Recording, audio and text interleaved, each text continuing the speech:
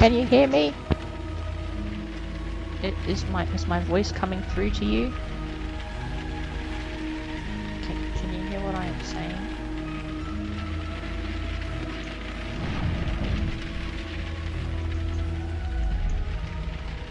Okay, cool.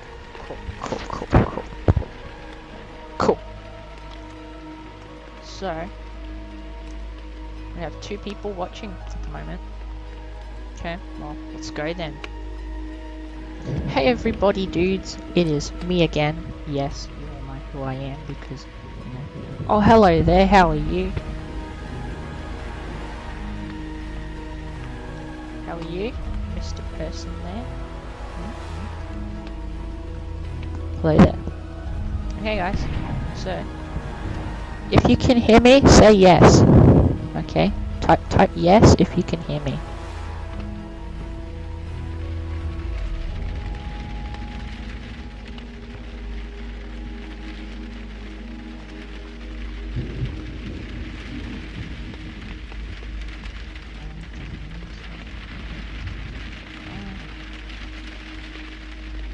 I don't know if I can turn the music down a bit. I'm not sure. Oh wait, no, actually, yeah, I can. Never mind.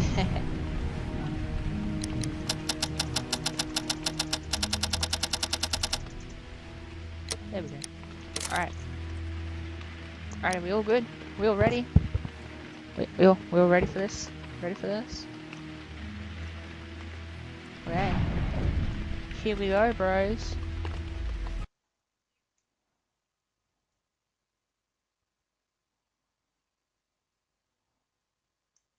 Okay. In memory of...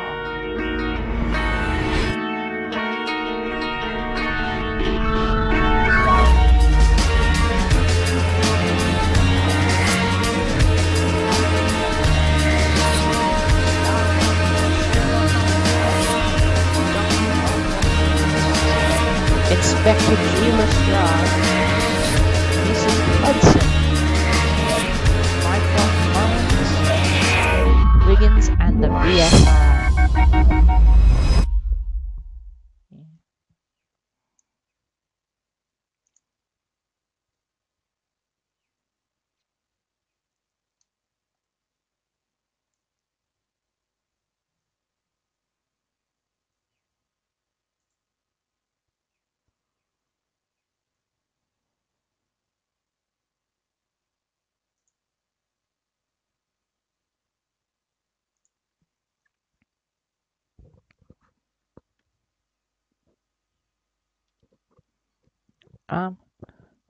Just a warning, guys. If it does like cut out or start buffering, I'm very sorry. Just so you know. Off it goes. Whoa. Bang. Bang. Holmes! What's he doing? Take cover!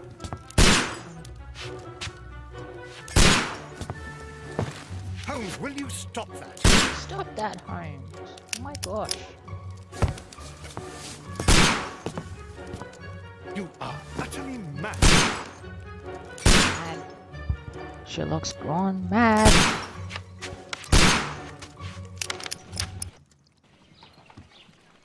Stop, Holmes! Is that you, Watson? Yes, of course it is. And you almost killed me.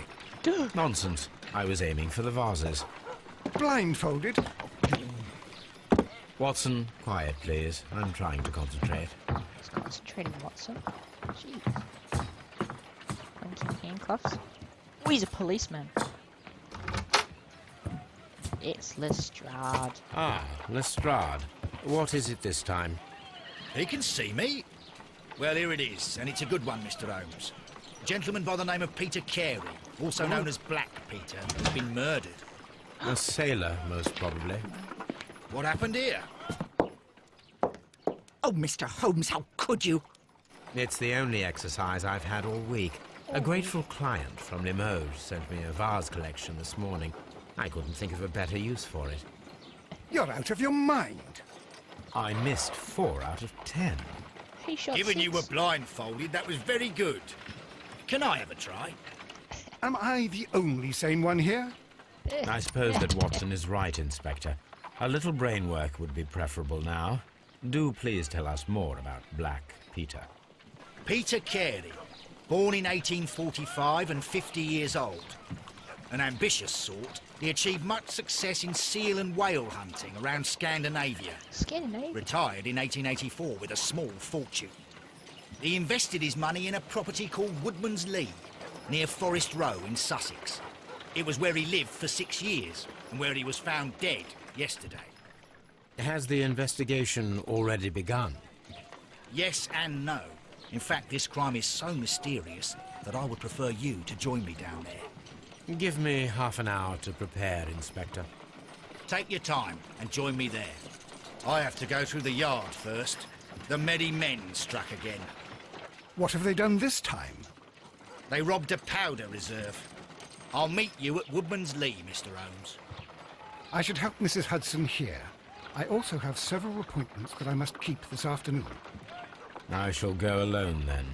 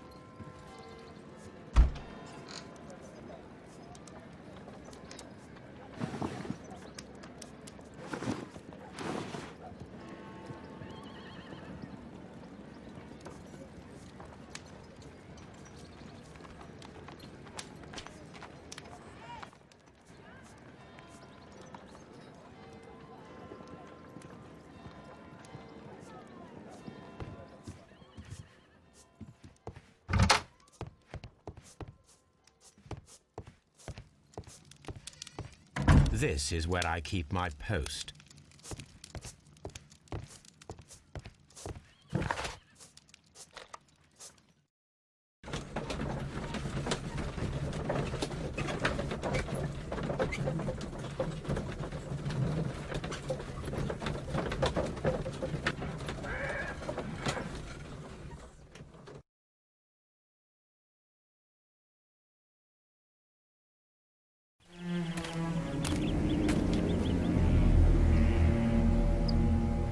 Mr. Holmes, I'm over here. Come on.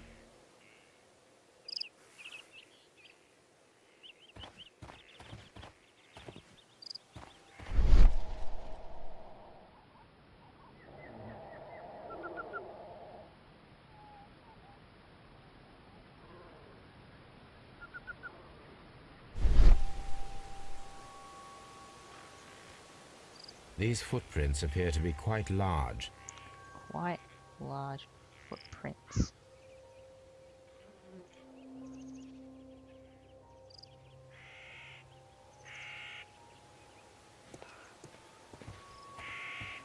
It seems that the garden was well maintained.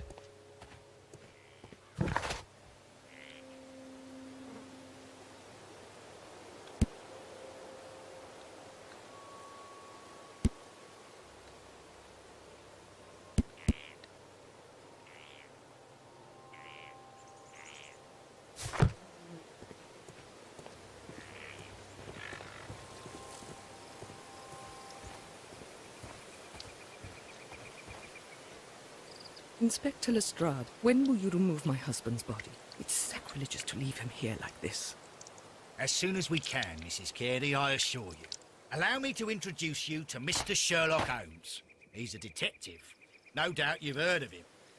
I'll wait for you in front of the cabin, Mr. Holmes.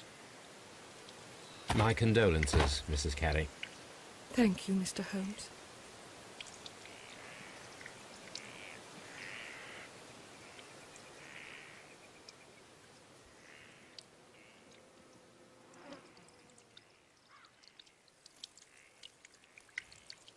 Okay, here we go. Question the suspect. No, it's not a suspect. It's the victim's wife. So this is it's Peter Carey's wife. I'm going to examine Peter Carey's wife. Look at her facial features, and then necklace, cameo. A Catholic rosary. What else is around? We've got... Oh, we've got a bird symbol on our book. And gardening gloves. As well as a birdhouse.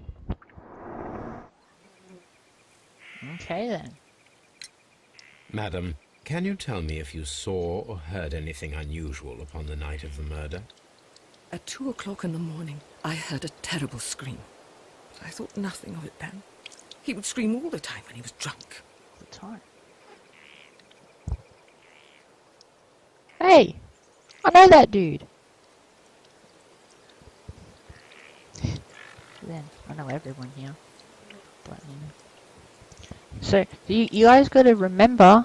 You gotta remember what's going on. All the talking that they're doing, because this is gonna help us at the end. Can you please tell me what occurred on the evening of the murder? Well, Peter got drunk in the evening.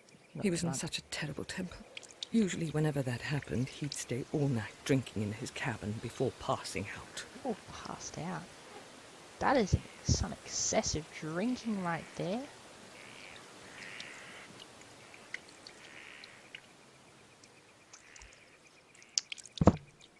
Okay, so he goes into his cabin and he drinks until he goes unconscious. Do you remember at what time you found your husband's body? In the morning, at around 7 o'clock, I noticed the cabin door was open, but I didn't go in to take a look, for I knew my husband would not have liked it. Wouldn't have liked At around 10 o'clock, I dared to glance in through the door and... oh dear. Oh. Okay, so her husband is like an alcoholic, right? And so then he would usually scream when he was drunk, and he'd also drink until he passed out. But this one time he didn't come out of his cabin, and so she went in to take a look, and that was when she found out that he'd been murdered. Was your husband accustomed to receiving visitors? Oh no, I don't think so. I mean, he didn't really have many friends. He lived quite an isolated life here, after his retirement. Okay, so you got no friends. Very isolated. The garden is very large and well maintained. Do you employ someone to look after it? It is true, there is a lot of work, but my husband took care of it himself. So, Peter Carey is also the gardener, the victim, and an alcoholic. Very interesting. You have indeed suffered a great loss, Mrs. Carey. Nevertheless, I believe it will be less of a burden for you soon. Yes, life with Peter was never easy, but he was still my husband. He was different, wasn't he, when you first met him upon your return from Plymouth? Yes, Mr. Holmes. Oh my goodness, but how do you know about that?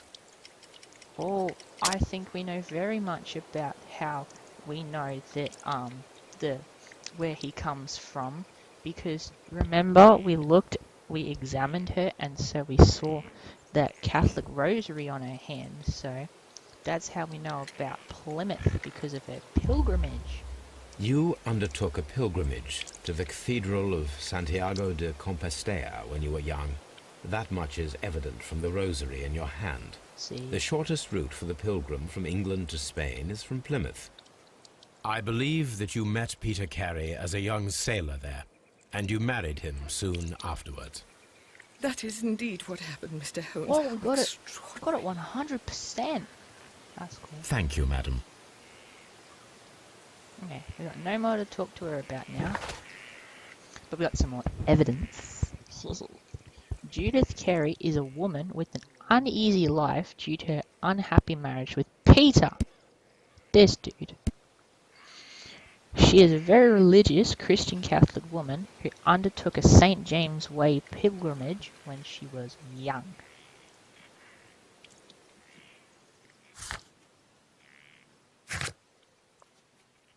And we now have Judith Carey in our character portraits. Judith is from the country, somewhere near the ancient pine woods of Inverness, and I don't know how to say that, and I don't know how to say these words, so I'm gonna skip them. In Scotland, where the bird can be found. This bird, the crested tit bird. Yeah, it's a type of bird. Just bear that in mind, people. It's a bird. It's an actual species.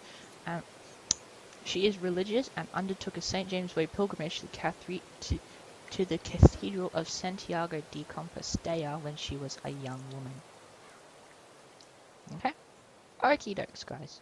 So now, we've got to investigate the murder, which is going to be there for the whole case, and inspect the crime scene. Well, off we go then. And also, to make things more epic, bam, first person mode.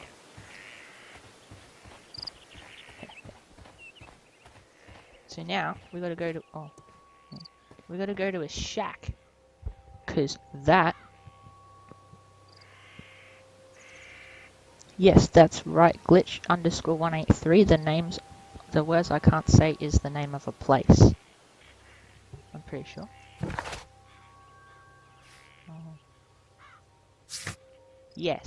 Yes, that's a place. Okay, so now we got to go investigate the shack where he was found not alive. Yeah, we saw the footsteps before. We need some evidence for these footsteps. These footprints appear to be quite large. Yeah. Alright, so we're gonna go in now. Peter Carey's body is inside the cabin. We took care not to touch anything. Oh, thanks, Lestrade. Mr. Holmes? Policeman. Here we go. The door is locked. Wait just a moment, Mr. Holmes, and I'll open it. I locked it yesterday to ensure that no one should enter the cabin and tamper with the evidence. Oh, epic, Lestrade. Good thinking. Hello. What is it, Lestrade? It seems to me that someone has tried to force it, Mr. Holmes. Let me see.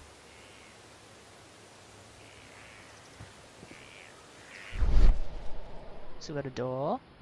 We got a door lock. Scratches. Indubitably. It appears as though that someone has tried to break in. I get an epic feeling that they were unsuccessful. Yes, I think it is. No, it's like the extrasensory thing. Yeah, that's what it is. Not, I don't know. But yeah, someone tried to break in These scratches are fresh. last night. You're right. Someone tried to force open the door. I swear these scratches were not here yesterday. Because they Our appeared. mysterious visitor came here last night. See? Well, he's not the man for the job. This lock is not a difficult one. Perhaps he did not have the right tool. Okay, guys. Guys, I'm just letting you know, if you get like a little bit queasy around like blood and stuff, I suggest looking away now.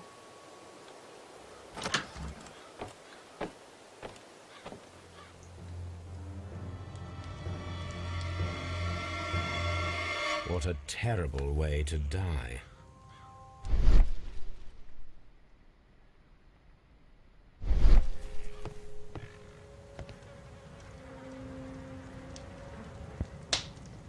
We've now got dead Peter Carey. The weapon fully penetrated the body. The force of the blow was immense. Oh no. Alright, so he's been impaled. So he's an alcoholic who worked in the gardens, and he drinks until he passes out, and he gets a bit aggressive when he does that, and he didn't come out, and so his wife went in to check on him, and he was in this state. And you can tell because there's flies everywhere. This man is in his 50s, yet he still looks quite strong.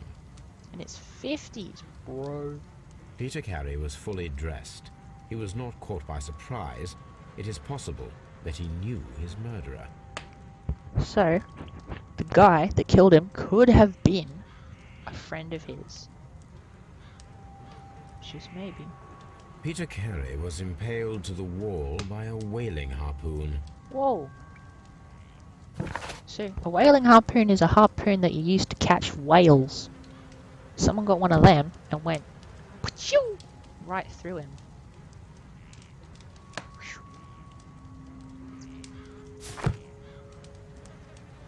Now I'm going to look down here. Oh, look at that, a notebook. Let's see this notebook. Very interesting. Very interesting. JHN are probably the initials of the owner of this notebook. So we gotta find. So maybe whoever did this has these initials. JHN.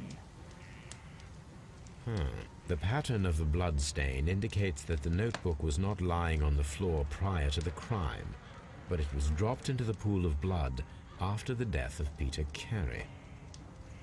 So the notebook fell into the blood after he was impaled. It wasn't lying there on the floor before it happened. These abbreviations mean something, but what? Abbreviations. Well, we'll just take that notebook then.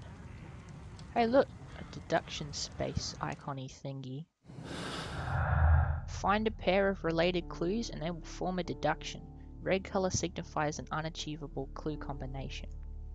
So, if we go break-in attempts, several unsuccessful attempts were made to break in according to the scratches around the lock, right? And then we try to connect it with the notebook, a leather notebook with the initials JHN. It is stained with blood, which indicates that it was dropped into the pool of blood after the murder. So we'll try to pop them together. Bam! Draw a clear picture of the crime by forming your deductions from the combinations of clues. Take down the guilty party. Let's see what we got here. Oh, we have a new task. We have a new mission. Make an ambush. An ambush must be made tonight to see if the break-in attempt will be repeated. Someone was here yesterday. They attempted to force the door to gain entry. Definitely appears that way.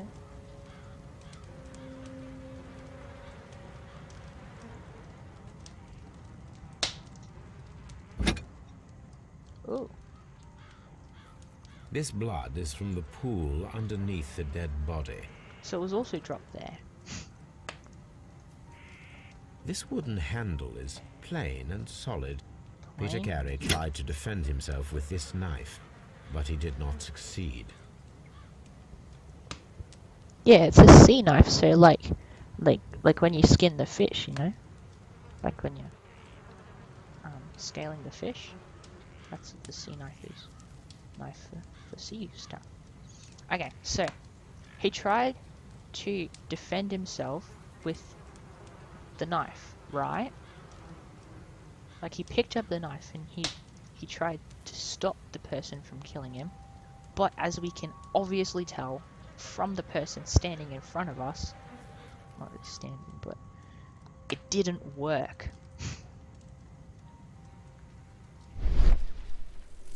Let's check out our detective vision. Have a little look around, shall we? Oh, shelf. Suspiciously empty space.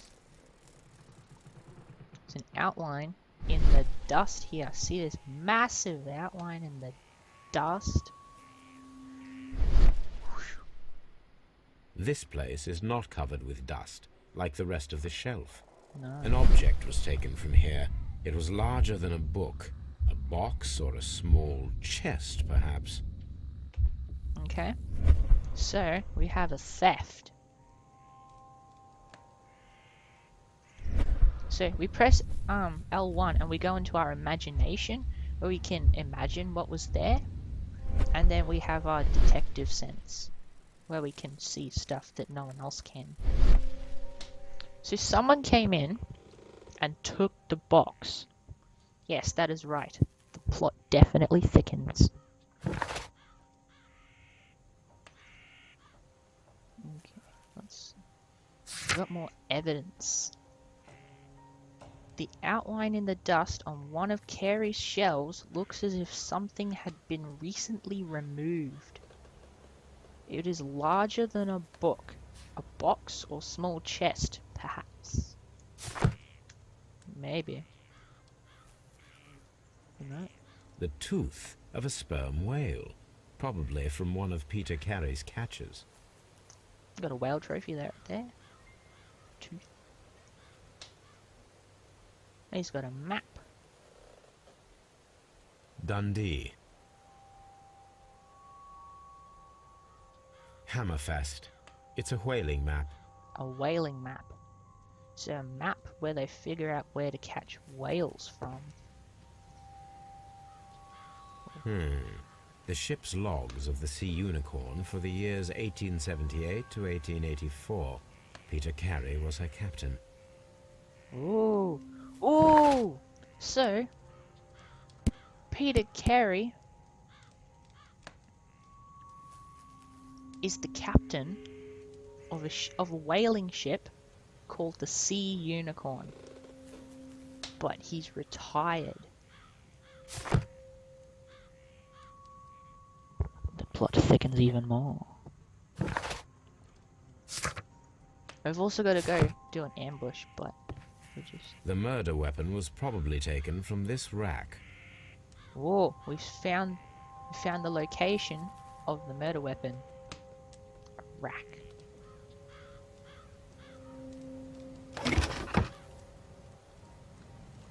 Have a look in his personal belongings. Boots! Peter Carey's boots. They look to be a size 8. Yum, boots. Size 8 boots, guys. Size 8 boots. Old navigation instruments. Nothing interesting. Navigational instruments. So this is his personal chest, right? And then... So... That was his chest, and he has his boots.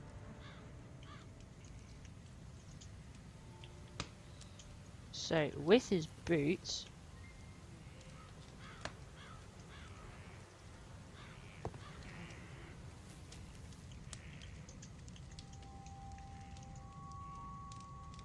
we can probably go and do something. The Sea Unicorn. She was the ship that Peter Carey commanded. Whoa, from Dundee. Ooh. Okay. It's getting intense now. Someone drank from this glass recently. Whoa. So he was having a drink with someone, and then they grabbed the harpoon.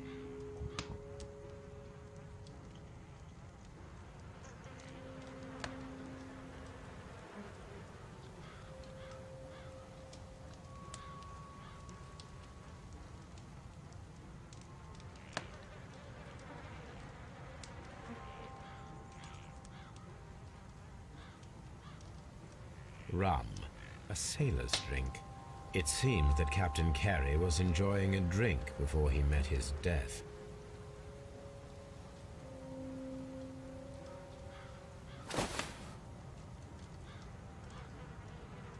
The initials PC have been crudely burned. A sailor's work.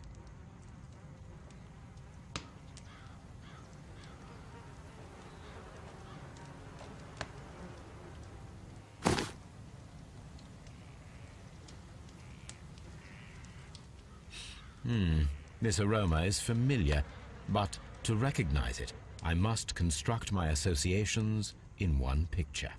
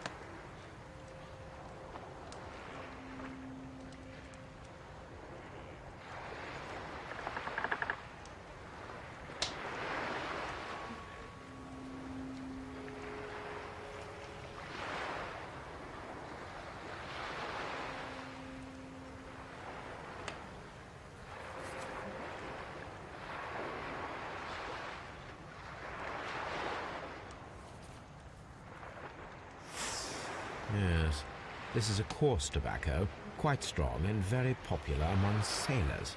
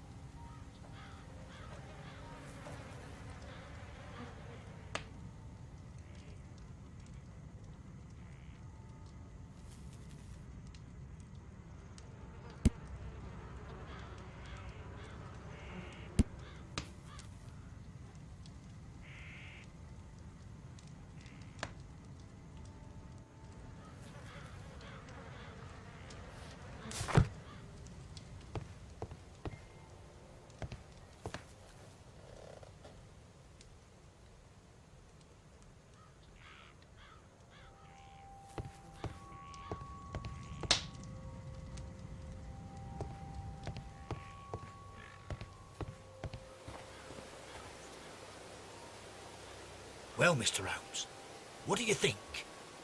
I think that we are lucky, And why is that? because of last night's attempted break-in. Oof, you've lost me. It is very probable that whoever came here hoped to find the door open. They tried to force it with a knife blade, but they failed. What will they do? Why, return tonight, when they will be better prepared. Aha! So what do you propose? We shall remain on the outside, near the window, where we stand the best chance of catching sight of our visitor. Well, gentlemen, ready your pistols. We have a long night ahead of us. A long night, guys.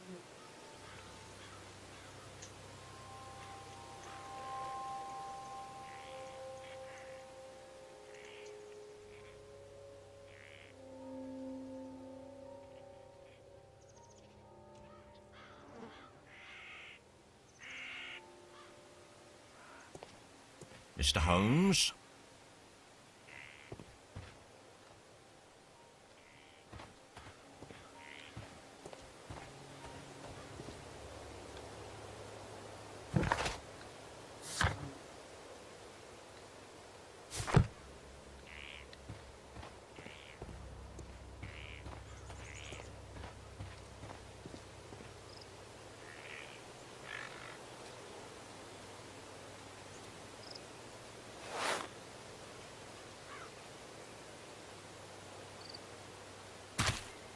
These boots don't match the footprints.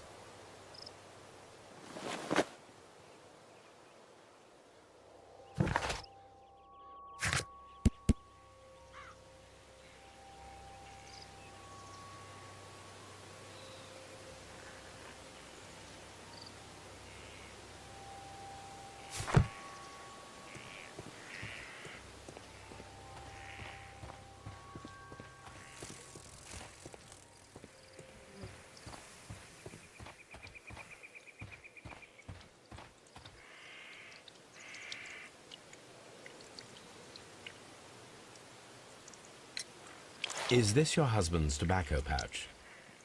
I'm not sure. It might be, but he hadn't smoked in a very long time.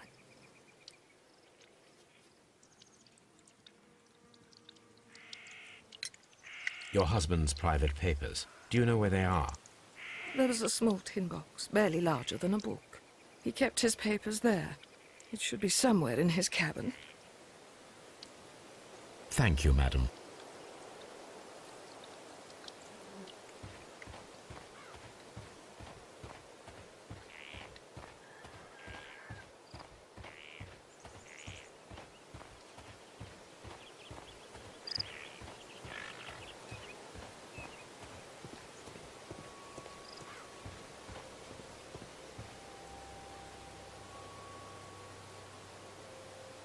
We need to find a good place for an ambush.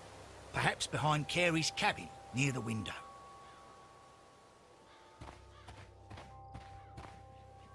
This window is locked from the inside. I do not see any attempt at a break-in.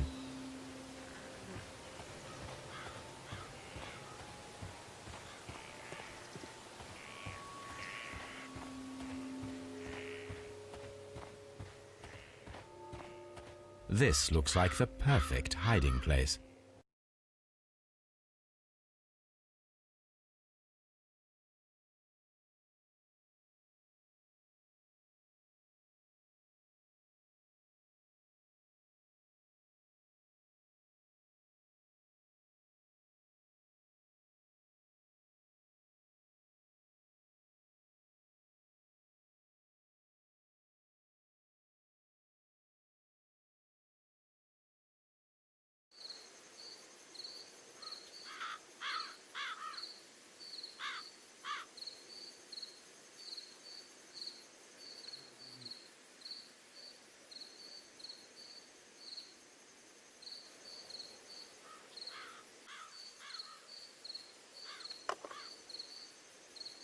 Shh! Did you hear that?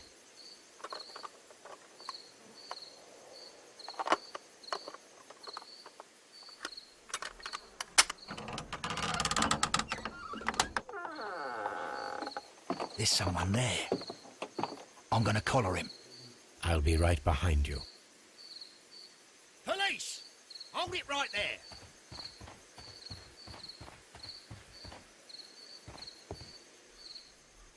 All right, my fine fellow. Who are you and what are you doing here? You're detectives, I suppose. You imagine that I'm connected with the death of Captain Carey. I assure you I'm innocent. Innocent? And what are you doing in his cabin? Shall I tell you? You came to retrieve what you had lost after killing Peter Carey, but we were here waiting for you.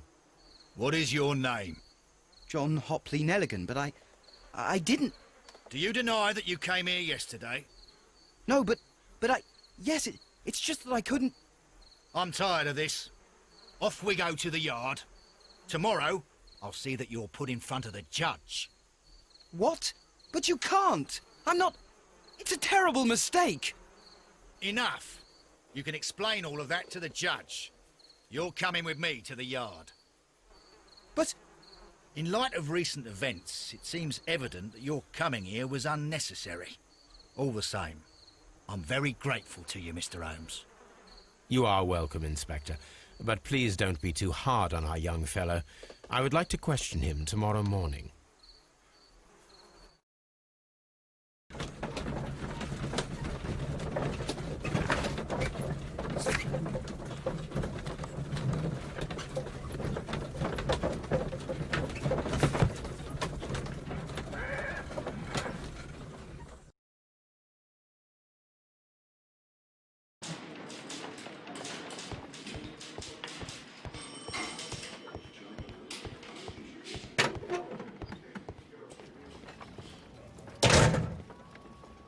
These are the suspect's belongings. The notebook that we found on Peter Carey's cabin floor.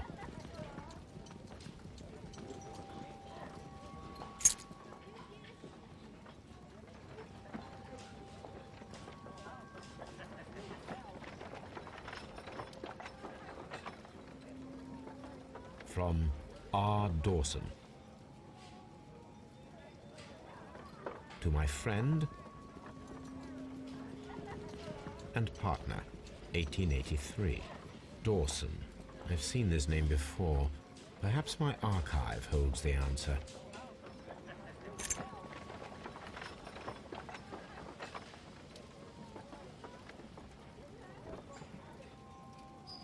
A handkerchief with the initials JHN.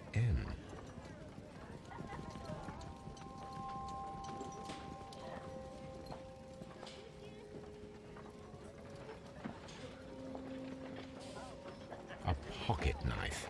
It was used to force the door of Peter Carey's cabin.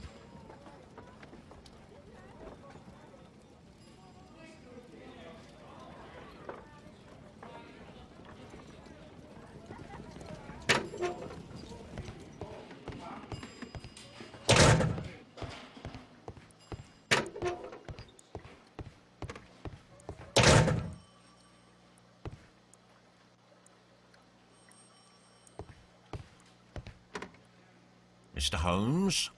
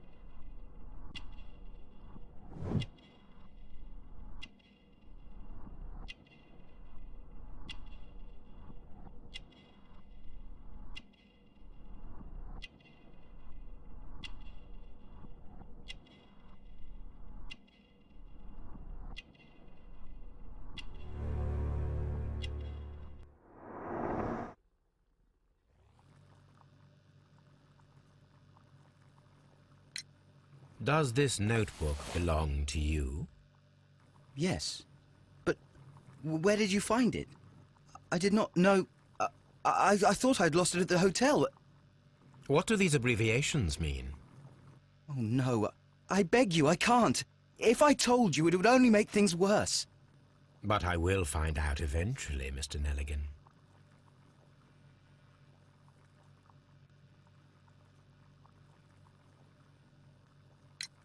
The sea knife was found near Carey's body. Tell me, Mr. Nelligan, did Mr. Carey try to defend himself or to attack you with it? I don't know.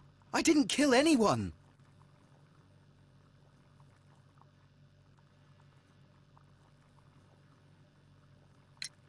The police seized this valuable ring from you. Whose is it? I didn't steal it from anyone. It has always belonged to me.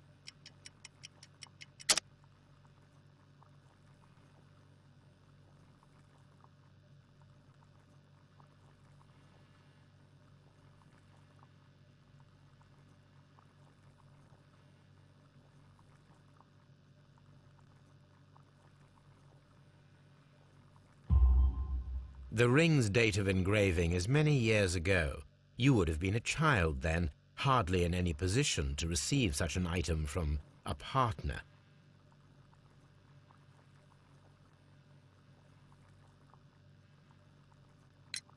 So, Mr. Nelligan, who is the true owner of the ring? The ring is mine.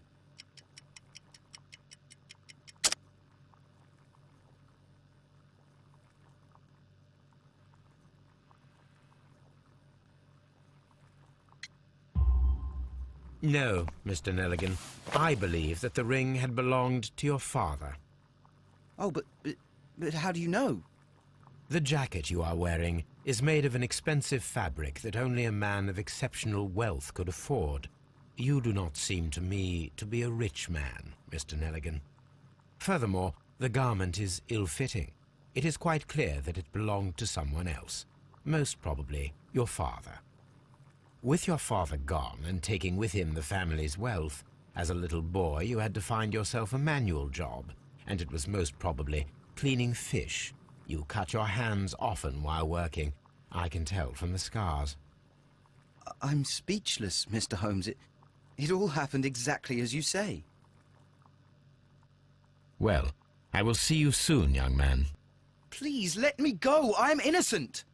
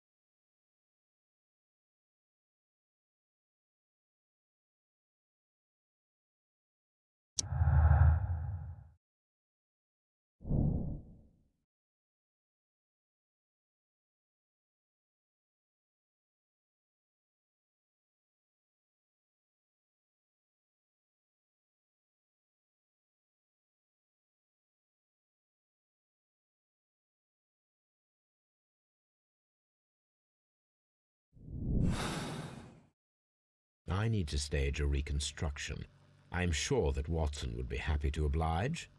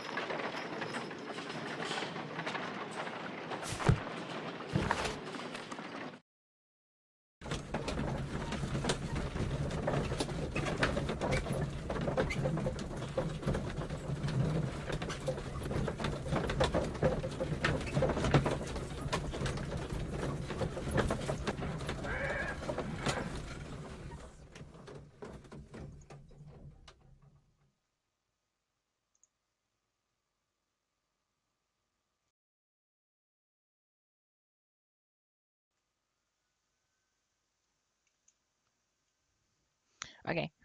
Well, I figured it out now. I figured it out. So you've been saying that you wanted me to talk more, and I just realized that I figured it out because I was typing in the chat and I set the hotkey to turning on and off the microphone as K, and yeah, kind of turned off the microphone. Sorry about that, by the way. Sorry. Well, I won't type in the chat anymore so that I don't turn off the thing. Sorry. Hey, there's our dog, Toby. Brave Toby. The best nose in the British Empire. Let's go, Toby. A spot of whaling, Watson. Would you care to take part? Are you serious? No, but we do need to clarify what happened on the night of Black Peter's murder. A reenactment, then? Is something bothering you? The sailor's knife, Watson. Why was it on the floor? Peter Carey attempted to defend himself? It is possible, but if that is the case, then it alters many things. I don't quite follow you. Tell me, my friend, what is the animal closest to man, morphologically, I mean? Ah, I see what you're getting at, Holmes. You asked me that once before. On the Ripper case, I believe. Do you want to slit some more pigs' throats? Whoa! No. Thank goodness for that.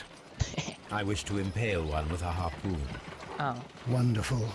because that's better. Watson, let us pay a visit to our butcher friend in Whitechapel. We require the carcass of a well-fed pig. And the harpoon? One of the harpoons on the wall of Black Peter's cabin should do quite nicely. Okay, here we go. I will be back in a second. I just have to go and grab a drink because my throat is getting really dry from all the talking.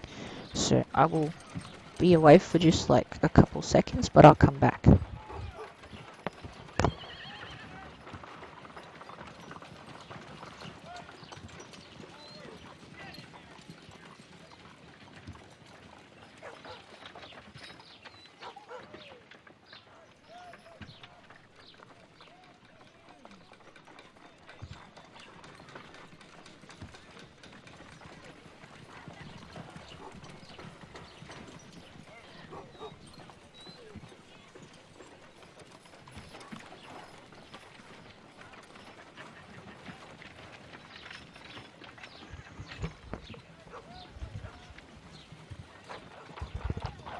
Okay, I'm back, guys.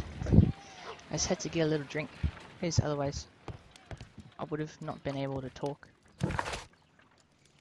There was a lot of running involved. Okay, we're going to do an experiment. I need to take a harpoon with Oh. me. Whoops. I'm going to go back to Woodman's Lee and get a harpoon.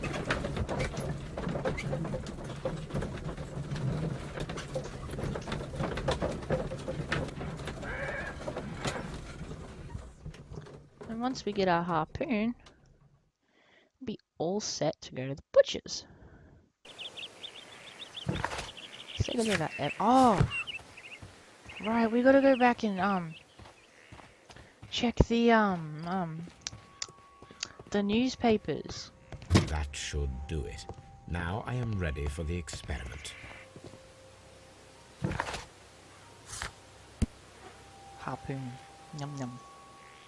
Heavy and sharp whaling harpoon. It's the... I don't know if it's the same one, it's the same kind, not the exact harpoon, but... The same harpoon as the one that was used to put Peter Carey into a wall. So, we can go to the butcher now. Right. Okie dokes. Hey, wait, is that the harpoon next to us right there on the seat? Whoa. Here we go. Oh yeah. If you're a bit queasy, look away. Because we're in the butcher's. Well, here we are in the preparation room. I can't say that I like the smell of it much. What do you intend to do? To indulge myself in a little experiment. The challenge of lancing a pig's carcass with a heavy harpoon. A little experiment? Yeah. Stand aside, Watson. This might be dangerous. I am not well practiced in this exercise. Yet. Yet. Holmes, you should aim for the mark in order to perform the most reliable test. Yeah.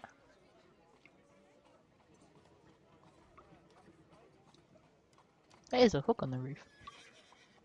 Okie dokes. Here we go.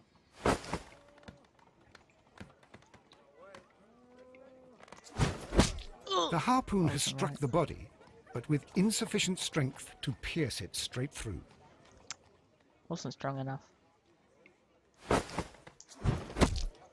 Ah, missed it again.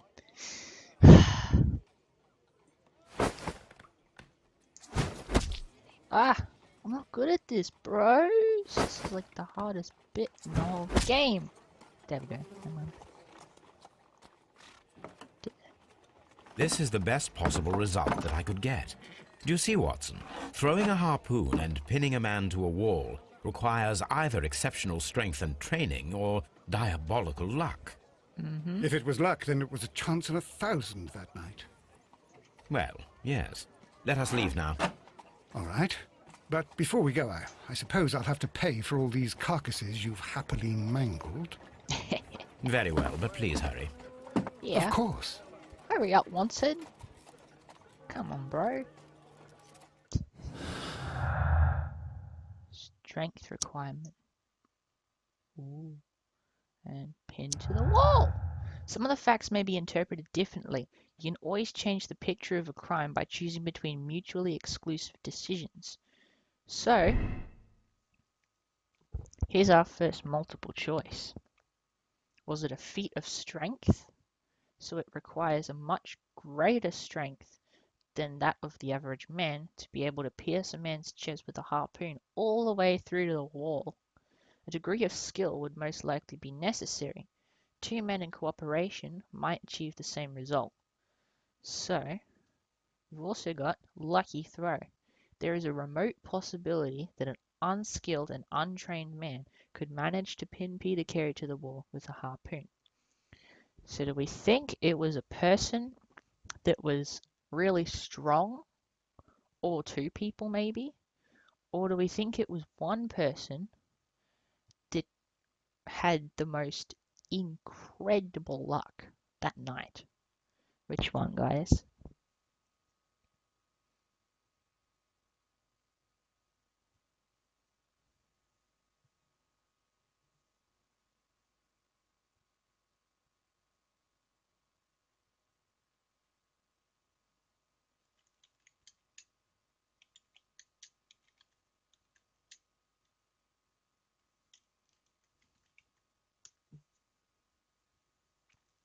Okay.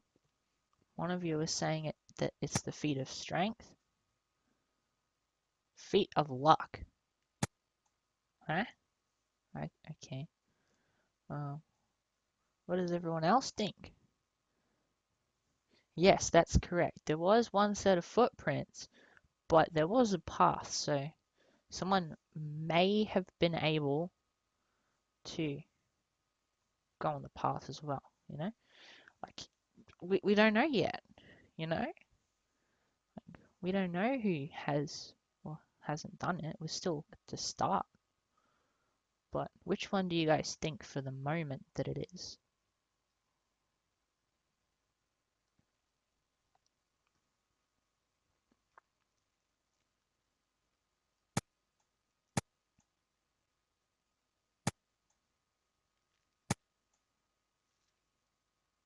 One of you is saying strength.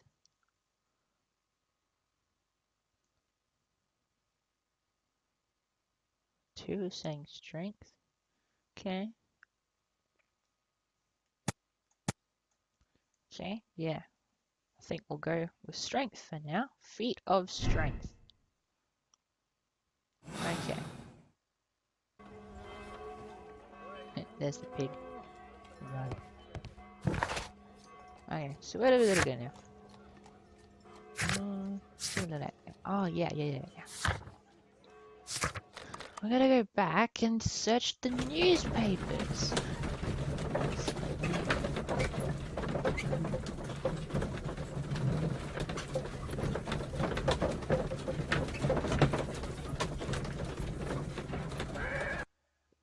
Okay, here we go. We go into the newspaper. Yes, that is correct. We most definitely need far more evidence to make a justified conclusion as to who exactly did this. But we don't currently have all the evidence. We gotta keep looking. So, let's search for the ring in newspapers. So, heavy gold ring with the inscription, "From R. Dawson to my friend and partner, 1883. So, we're going to look at the newspapers, 1883. But no reason to go into the encyclopedias. So it says from R. Dawson. So, Dawson. Dawson and Nelligan Investment Fund bankrupt. Nelligan missing. The Dawson and Nelligan Investment Fund, a regional banking institution based in Cornwall, has declared bankruptcy as a result of heavy losses in its loan portfolio and has accordingly been assigned for liquidation. So, I think liquidation is like where they get rid of it. Maybe. It was the 23rd largest bank in Britain, and its bankruptcy was the second largest on record. The liquidation of company is a pure catastrophe for many Cornwall families. And just remember that this was a whaling harpoon, and Peter Carey was a whaler, so he had whaling harpoons, and whalers use whaling harpoons. Yeah, see, like what he's saying. We can do it as well, because people can impale a whale with a harpoon, because that's what the harpoons are designed to do. And so they can impale a person, because a person's not as strong as a whale, you know? Now, just think about that for a second. The liquidation of companies, Joshua Nelligan, one of the bankers, has since mysteriously disappeared. He was last seen aboard his yacht, preparing for departure to Norway. Nelligan is wanted both by the police and his creditors. Joshua Nelligan. Here it is. Now I begin to understand that young man's story, but I am still unclear as to what connects him with the murder. It is time to ask him. So now we can look at this whenever we need to. Let's go interrogate Nelligan again, because we've got more stuff to ask him now. Isn't this getting so intense, guys? Oh my goodness. I mean, we've only met like half the people for this case. Like, there's still... That's all I can say, bro. Because if we go into the character portraits, see the darker ones that says will be met in current case, and then the lighter ones say will be met in a future case. So there's two more that we gotta find yet in this case.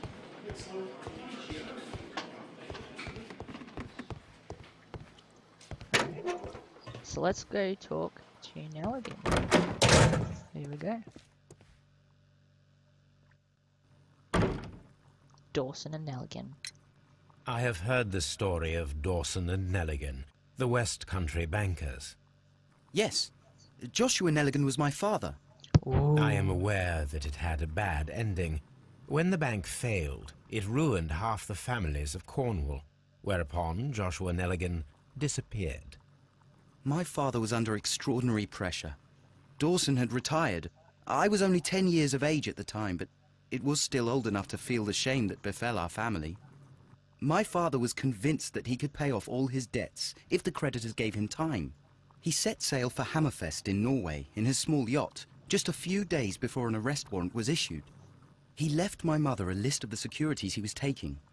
No word was ever heard from him again. We believe that his vessel went down, taking with it everyone and everything on board. Thank you for the story, Mr. Nelligan. At last, we are making some progress. Making some progress. Okay. Interesting. Joshua Nelligan and Peter Carey were both at sea in Norway. There is definitely some connection between Peter Carey and Joshua Nelligan's disappearance. There's a connection. So John Nelligan, right? John Hopley Nelligan, JHN, has a father called Joshua Nelligan. And his dad went missing, and he went out to sea around the same place as Peter Carey. So, what does that mean? They're connected, obviously, but how much are they connected? Ship's log for the year 1883 might put some light on connection between Peter Carey and Nelligan's father. So, do you know what that means? Ship's logs. Where do we see them? At Woodman's Lee.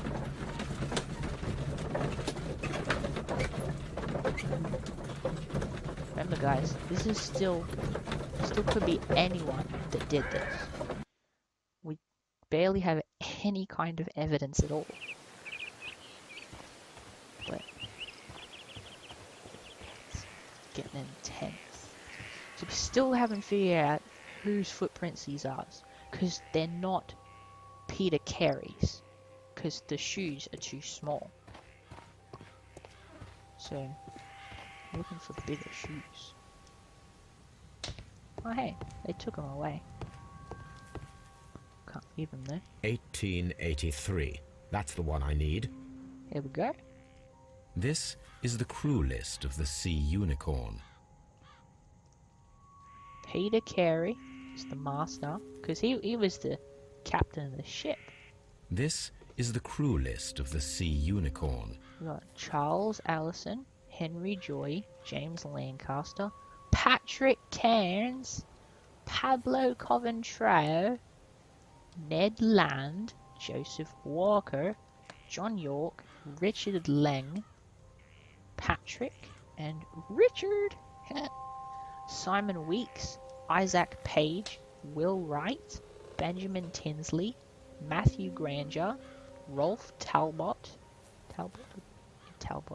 Seth Fowler, Roger Fowler, Thomas Lawrence, Hugh Pattons, Henry Shepherd. We're looking for August. Log notes for August. These pages have been torn away. Rather squally with squally. Log notes for August. These pages have been torn away.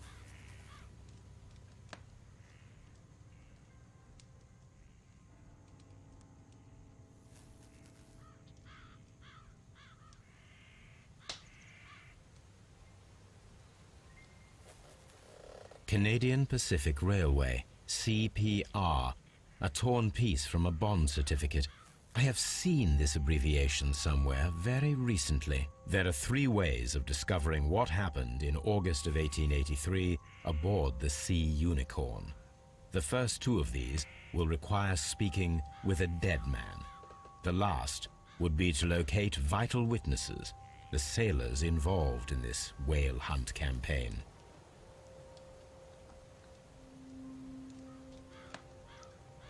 So did you hear that, guys?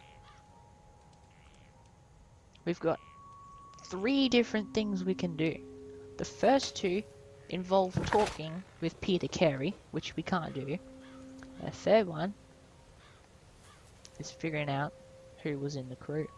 I mean, we did that, but you know. So we're going to find a use for the bond certificate.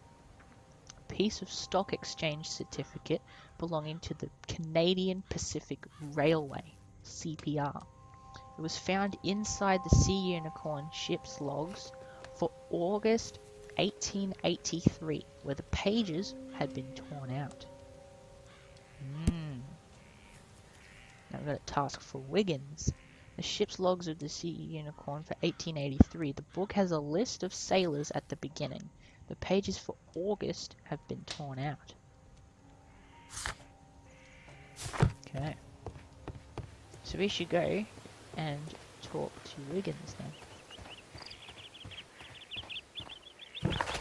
It may be coming together. The case may be coming together, but it's still very far from complete. Yes. So you haven't even met Wiggins yet. If you don't know who Wiggins is, you're going to see him. Okay? Okay.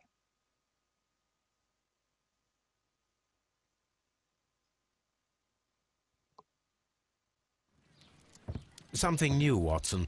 I have the list of sailors who were aboard the Sea Unicorn. We shall soon learn what happened to Nelligan's father. I have only to find them. Let us hope they're still working at the harbour. I think that if you pretend you're from Scotland Yard... I doubt it, Watson. And really, I would prefer that all of this remains quiet for now. But I have another solution. I'll call in the specialist. And who might they be? The secret police division of Baker Street. Ah, you mean young Wiggins and his gang? Yes. Believe me, you'll receive more useful assistance from these little urchins than from a dozen yard detectives. Those children are everywhere. They see and hear everything, and they are cunning. All they lack is organization. I'll summon them. How will you do that? There is always a watch beneath our window. I have only to call him. We're getting in the secret police now. Oh, Wiggins! Wiggins, could you come upstairs, please? Here he goes. At your service, Mr. Holmes. Wiggins, I need you to track down certain people for me. I'll give you a list. You can read, can't you? Big Oliver from our gang. He can, because his father is the coachman of a famous lawyer. Fascinating. Here is the list of sailors. Sailors? Easy. Just got to look where the rum and the red lights are. Sorry to trouble you, Mr. Holmes, but the inspector asks that you come to the station as soon as possible. Thank you. I'll be there shortly. Thank you. Oh, they want us at the station. They want us back at Scotland Yard. So we sent Wiggins to go and investigate the sailors. Now the policeman's coming and he's like, you gotta come and you gotta go to the police station. So that's where we gotta go.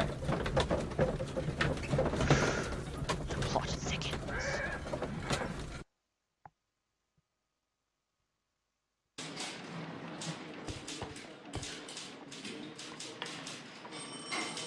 Mr. Holmes, I'm glad to see you. As always, what happened? We have a new suspect, Liam Hurtley. Liam Hurtley. I'm thinking that this case will be resolved very quickly now. Interesting. Pray tell. Well, the constable that I left at Woodman's Lee noticed a suspicious individual prowling around during the night. Do you have him here? Yes. He refuses to speak with us, but we'll make him talk. Let us hope so. Ah, yes, and one more thing. The constable told me that at the time of his arrest, the fellow was writing a letter. Do you have it? Of course. It's in the evidence room, at your disposal. Admit that for once, Mr. Holmes, Scotland Yard is a step ahead of you, eh? Breathtaking. It's not very emotive, is he? Eh? So, they found a new suspect, guys. A new suspect. Oh my gosh. Liam Hurtley. So let's go look at his stuff. These are the suspect's belongings. Hey look, more boots. Liam Hurtley's old boots. They're a size 9.5. 9.5. The stains are fresh. They can be removed with the proper chemicals. A pen. Nothing unusual about it. Just a normal pen. Nothing particularly fancy about this pen is just the pen. Alright, so we got to perform an analysis on this letter. It's covered almost completely in ink. We've still got the bond certificate. And we got to chuck the boots in the dirt. So, let's go put the boots in, shall we? Before we forget. And then we'll go question Liam.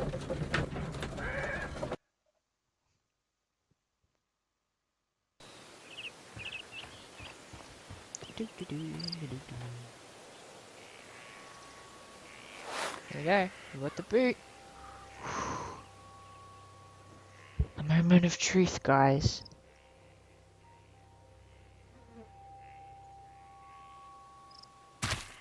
These boots match the footprints exactly. Whoa.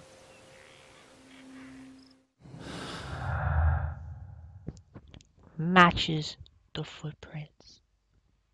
It's the right boots. We found them, guys. Oh, man. Hurtley's footprints. No gardener. Liam Hurtley's boots match the footprints at Woodman's Lee, thus proving that he was there. Judith Carey denies that he was their gardener because she said that Peter takes care of the stuff himself. But that can't be the case if Liam is here. Can it? And I don't think any of these... Oh! There's one. The break-in attempts were made in order to recover the notebook that had been lying in a pool of the victim's blood. This proves the guilt of the person who made these attempts.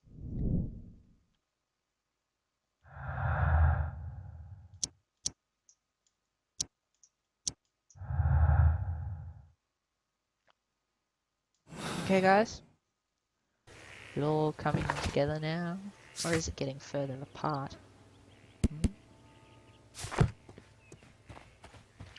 I think we need to have a word with Miss Carey. Mrs. Carey, sorry. Mrs. Carey? Who could do such a thing? Okay, never mind. My poor husband. I know, right? He was like such a husband. Who could have done such a thing, man? Okay, well we can't question her anymore, I don't think. We can't talk to her about the boots. So, off to Hurtley then. Liam Hurtley. Isn't it getting intense, guys? Oh, I'm literally practically jumping in my seat. It is so intense. There's John. Here's Liam. Please escort this suspect for interrogation. Interrogation. Allow me to introduce myself. My name is Sherlock Holmes. I would like to ask you a few questions. I've already told the police that I've nothing to say. And you're not even part of the police. Precisely, and considering your situation, it might be wise to speak with someone who is, shall we say, rather more neutral. You are a suspect in a murder case. A suspect. I know.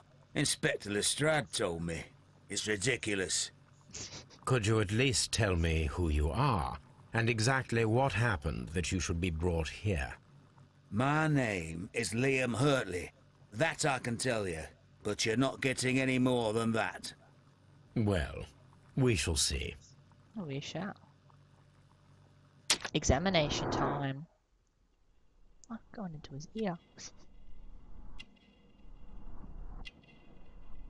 He's got an epic beard going on. An old scar. Where's it? Oh, it's... Oh, there's the scar. There's the scar.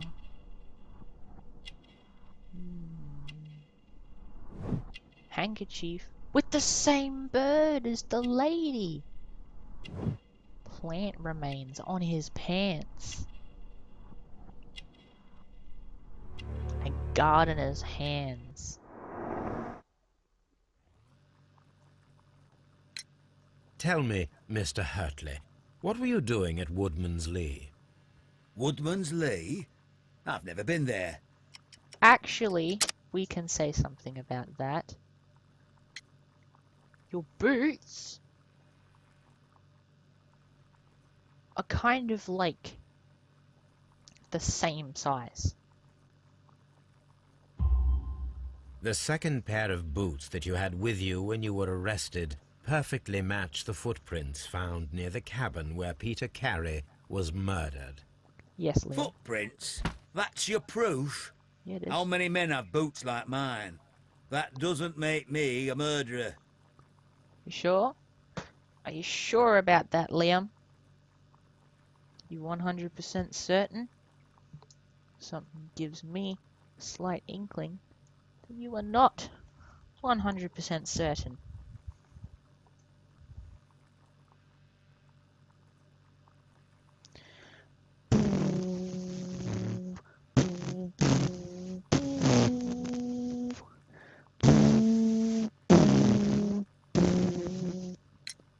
Now that your presence at Woodman's Lee has been proven, would you care to explain it? Explain. I don't remember. What would I be doing there anyway? Actually, you be the gardener there. Oh, I pressed the wrong one. I missed it. Now that your presence at Woodman's Lee has been proven, would you care to explain it? I don't remember. What would I be doing there anyway? Well kept garden. Ah. Oh my gosh, I keep picking the wrong one. Now that your presence at Woodman's Lee has been proven, would you care to explain it? I don't remember. What would I be doing there anyway? Okay. What would he be doing there?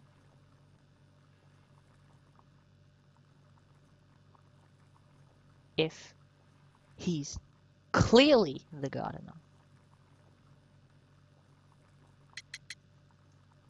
That's a good point. That's a good point, the tobacco. Who knows? Let's check that out. Nah, that's the wrong one. Sorry. Sorry about that. Now that your presence at Woodman's Lee has been proven, would you care to explain it? Explain, Liam. I don't remember. What would I be doing there anyway? We all know what you're doing there. Alright, I think it's the boots. No, it's the engraving on the ring, maybe. Oh my gosh, I'm so sorry, guys. Now that This your is taking presence at forever. It's Woodman's not meant to Lee be has doing been that. proven, would you care to explain it? I don't remember. What would I be doing there anyway? My detective skills are failing me. We checked all of these, so it's... Huh? What? Okay, alright. Now that your presence at We would have to Woodman's Lee seriously has think been about proven, this for a would you second. care to explain it? Let's think I about don't this. remember. What would I be doing there anyway? What would I be doing there? Just gonna have one more try, and if it's not right, we're gonna think about it. Never mind. Because you are the gardener at Woodman's Lee. Why would I I'm pick not. that one? How did you... I observed your hands. They told me that you work with the earth. Small fragments of plants snagged to your trousers indicate that you were mowing very recently. But the most obvious clue presented itself in the bird embroidered on your handkerchief. A crested tit, if I'm not mistaken. Ah, All right, you got got me. you. Yes, I am a gardener, and I went Ha. there to get my tools. His tools. That's all for now. Tools, you say? Liam Hurtley is the tough one. What is he trying to hide? Alrighty, so we gotta go do our analysis on the letter. Liam Hurtley. Hurtley is a stranger who was arrested by the police as a suspicious individual seen prowling around at night near Woodman's Lee. He is a former soldier who left the military with an honorable discharge after having been wounded in the neck by shrapnel. Now he lives a quiet life working as a gardener. Huh, that's not that bad. That'd be a pretty good career, wouldn't it? Doesn't seem too bad. I mean, not the war bit, but like... Alright, so we gotta go back to our house. And then we can do the thing.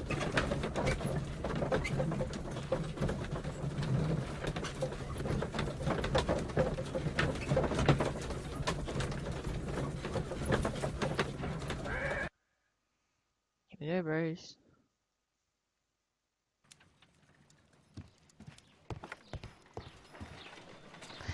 Toby! Here it is. Oh. No, it's intense. Recover Hurtley's letter. I need to prepare a chemical agent that is capable of removing fresh ink. For this purpose, the chemicals from the flasks should be combined in a certain order so to perform a chain reaction. Order.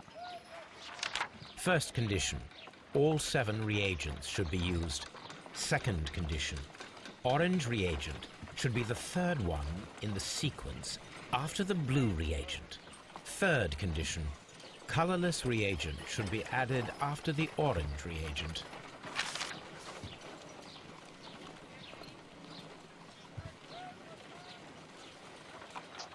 Alright, so we go blue.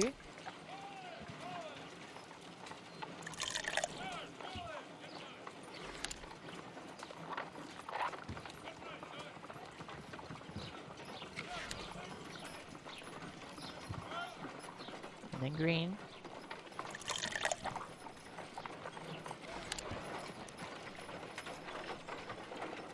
And then blue.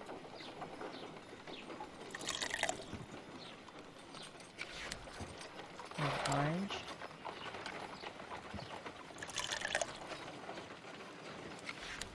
And then colorless.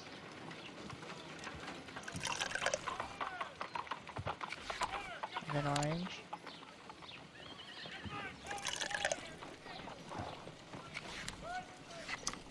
And then colorless.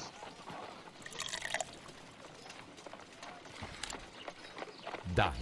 Now I can did proceed it! further. So Let us see science if the helps content us of this because letter we sheds a found a little letter light on the that mystery. that had ink all over it. So we made this chemical thing and put it on a tea towel right there, so we can wipe off the ink to see the letter. See here?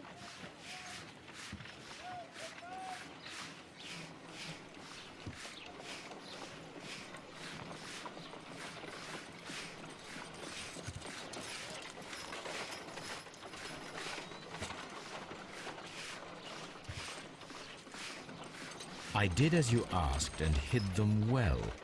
Interesting. How would Hurtley react to this? I did as you asked and hid them well, but I beg you to reconsider. And then something, ION. And then something, and something. Remember our vows. I have done nothing dishonorable for which you, something, me. That is what the letter says. Now, we will speak to Hurtley about all this. What were you doing with this letter around Woodman's Lee? Hurtley? That's what we gotta say to him. When we find him, we say, "What were you thinking about? Why did you hide from us? If you're gonna figure it out, you might as well have told us. Get everything done easier." We can't examine the things. Hurtley! Please escort this suspect for interrogation. I don't know what he's hiding. We'll have to interrogate him.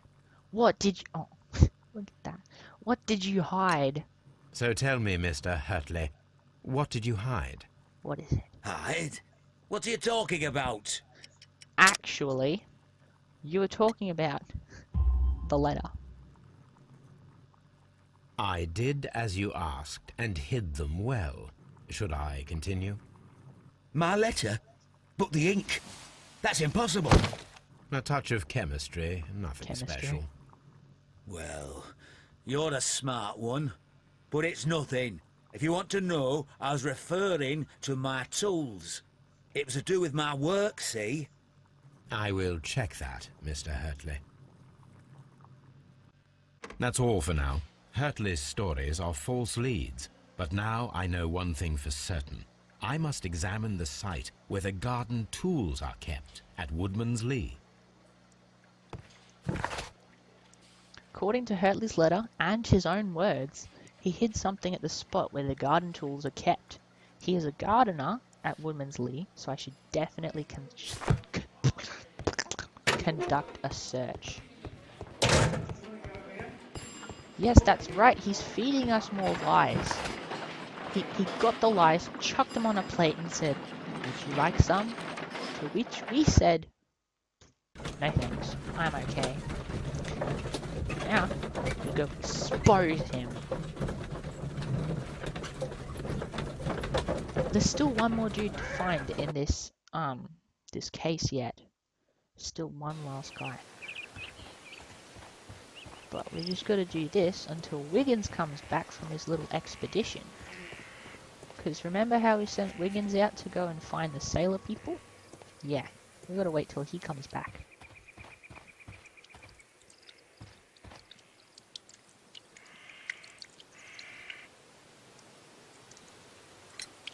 Does the name Liam Hurtley mean anything to you? No, I don't know anyone by that name. Excuse me? Yeah, we ordered the truth plate. Not whatever this lie soup is called. Madam, we have information that the valuable stolen papers are hidden amongst the garden tools here at Woodman's Lee.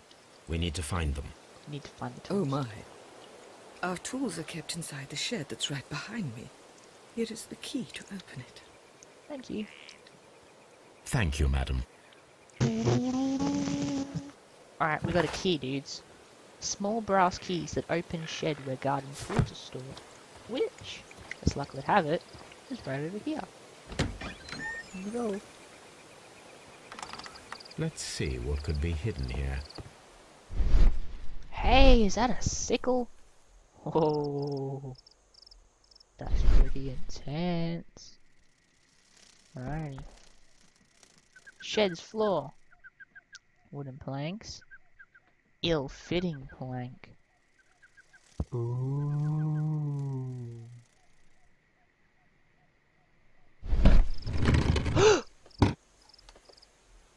We found it, guys.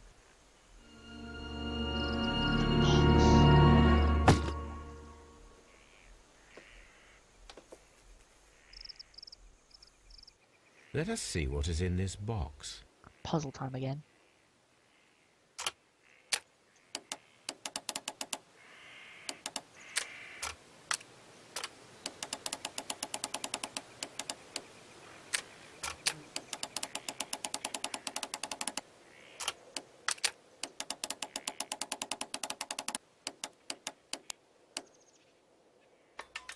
Hey! That's easy peasy. Letters. Ooh. A bundle of letters in a woman's hand with the Carey family monogram. Hurtley and Mrs. Carey were in a relationship. That is interesting.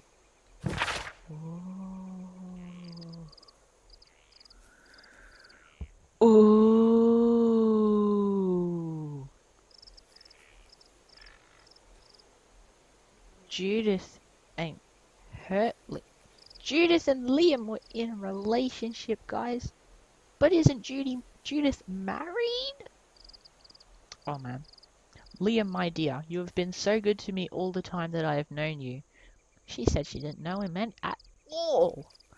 I cannot describe these feelings, but I suppose that they are sinful and no good can come from them. I fear what might happen. I fear going against God. I thank you for your care, but I cannot leave the man with whom I have been bound by God. It is his divine will, and thus my husband is the cross that I must bear. He makes my life a living heck, but bruises fade, and you must not worry for me. So, Liam likes Judith, and Judith wrote a letter.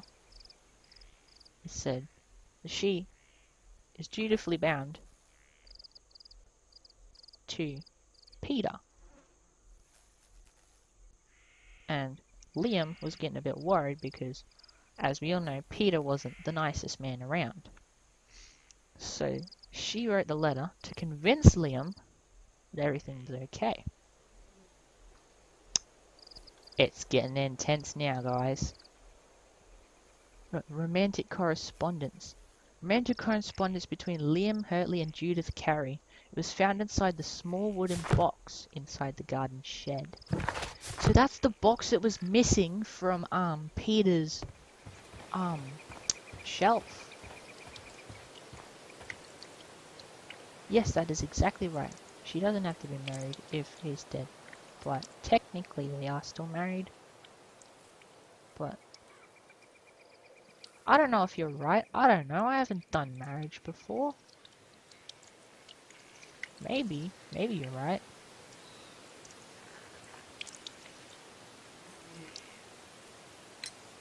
Madam, I am aware of your affinity with Liam Hurtley. I figured you out, lady. What are you talking about?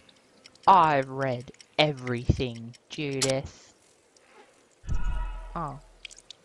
But I got it wrong, Judith. Madam, I am aware of your affinity with Liam Hurtley. What are you talking about?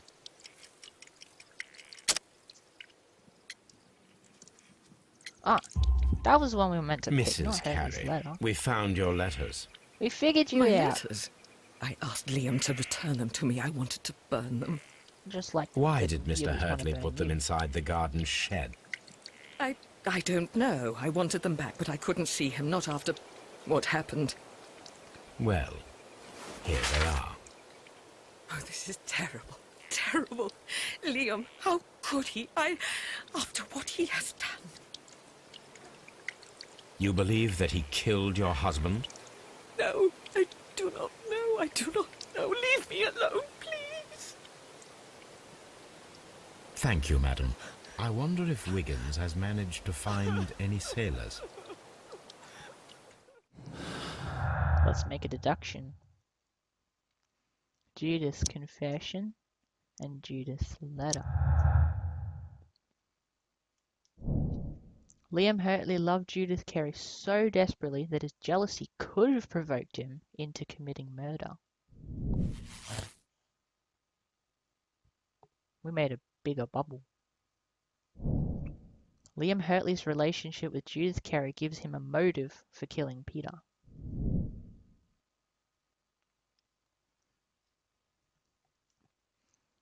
Okay, dudes. We have means. Wait, no. What? No, we have the motive. We have the motive and the ability to do so in for Hurtley. We don't have much for Nelligan though. But we found out that Hurtley could have had a motive. Well, he does have a motive. Whether or not he used that motive. But then again, guys, then again, one, it was either just words, or two, went further than that. What do you think it was? What do you think it was, guys? Was it just harmless, just words and stuff, or did it progress into something more?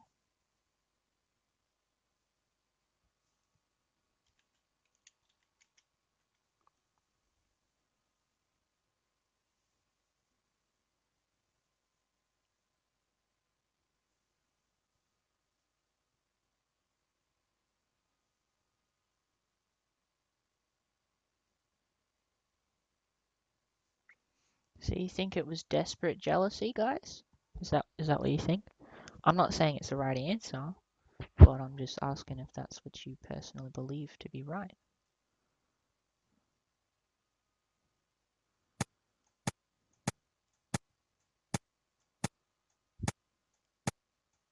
Jealousy?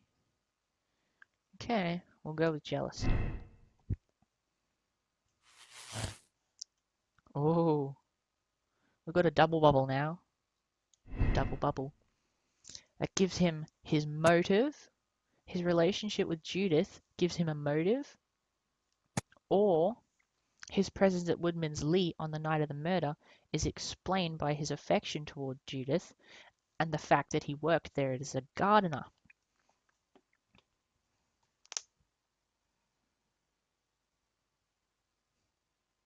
So do we think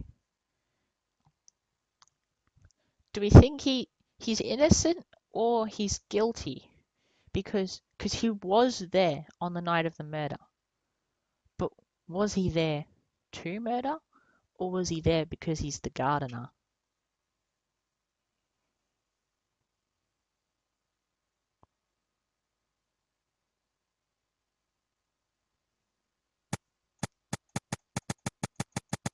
So motive or innocence, guys?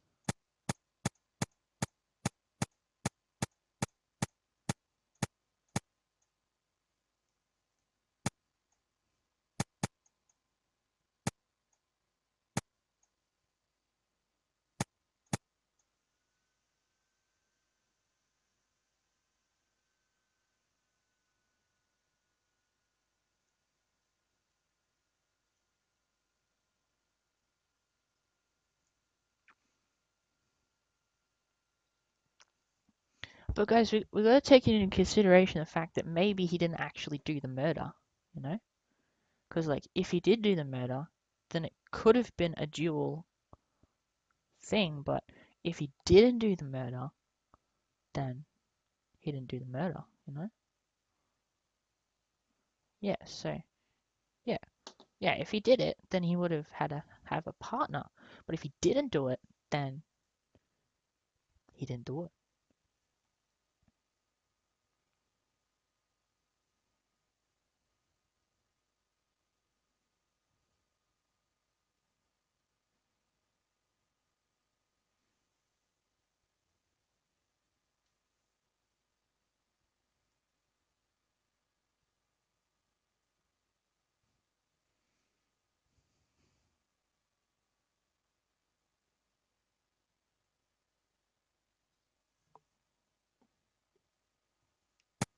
Okay, we'll go innocence for now. We can change it later. Red color highlights logical conflicts between deductions. They can be resolved by switching to alternate deductions by finding additional ones. So, if he's innocent, then that means that it was just harmless words. But if he's guilty,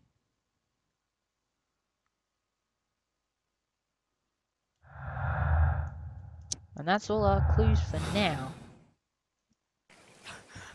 We made her sad now. Leave me alone, please. Oh yeah. Gotta go check out, see if Wiggins has found anything.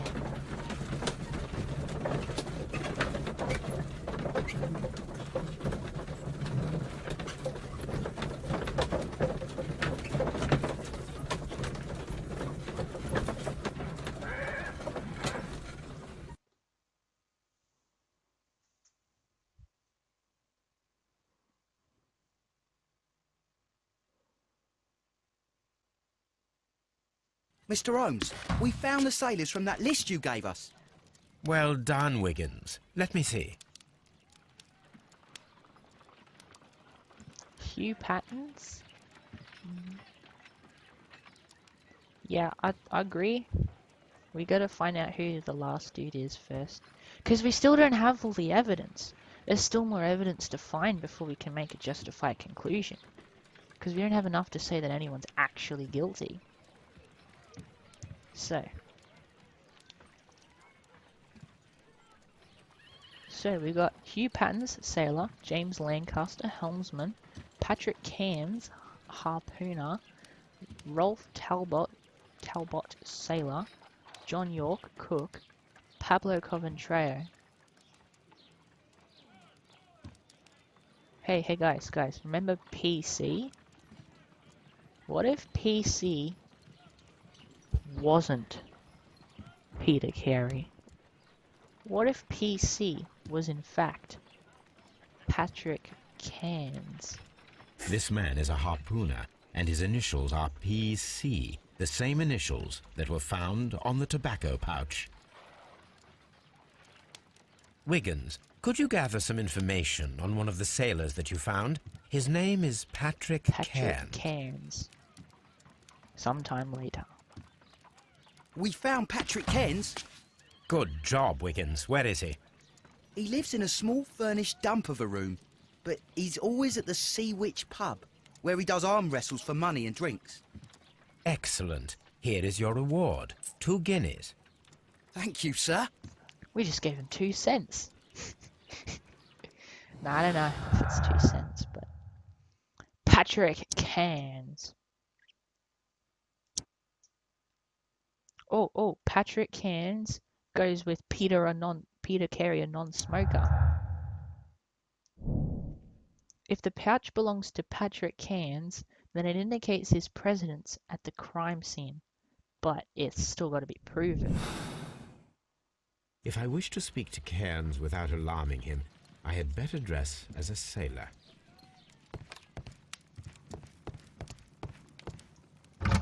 So we got to go undercover, dudes. Undercover detective work. Initiate. Let's give ourselves a nice hat. Here's a good hat. There we go.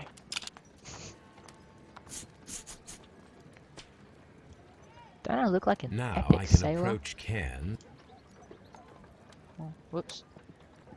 Look, isn't this just the face of a sailor?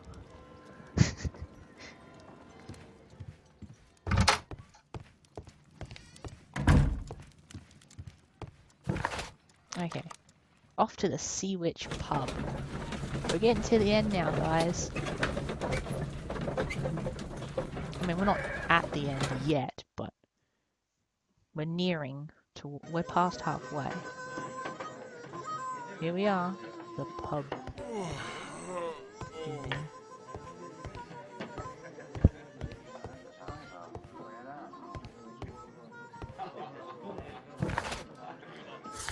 Disguise yourself as a sailor and find Cairns. Here he is.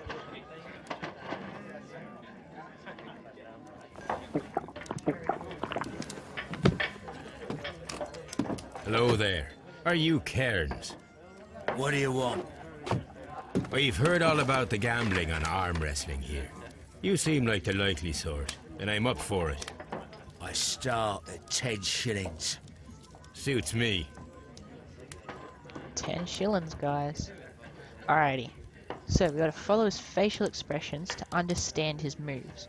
Like when he goes to push, or when he goes to stop us pushing, or when he just sits there.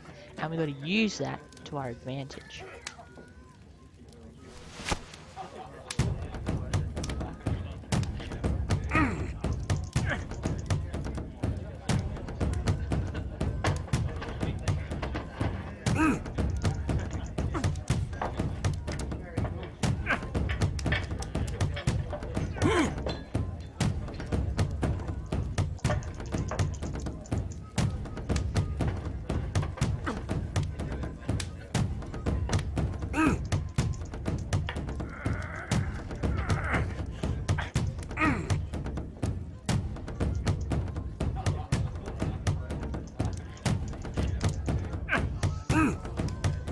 Bam! We got him. You were lucky. I wasn't focused. Let's go again. Investigation time. Gold earring.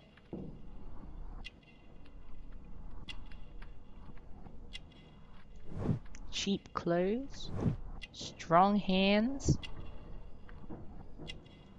Yellow nails. and a sailor's tattoo. Emphasis on strong hands. I'm ready to try again. Fine. If you want me to take all your money, no problem with that. What do you mean? I beat you.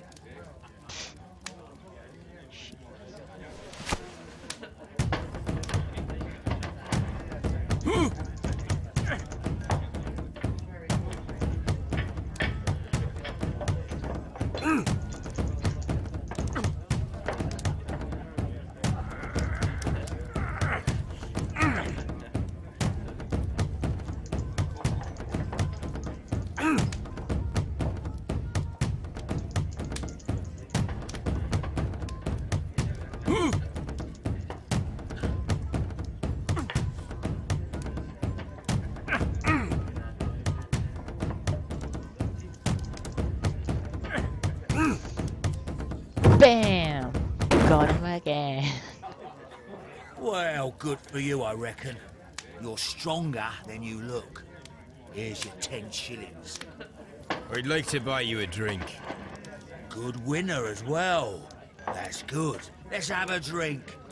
Oh, here we go. We're having a drink. You're a good type. Seems you've managed to settle down in life. You've got money, eh? Not all that much. Oh, well. At least you're not as poor as me. Why do you say poor? You're not working? I'm a harpooner. But you see, the whalers are rare. They don't pay much. So, as a result, find myself arm wrestling to pay for my drink.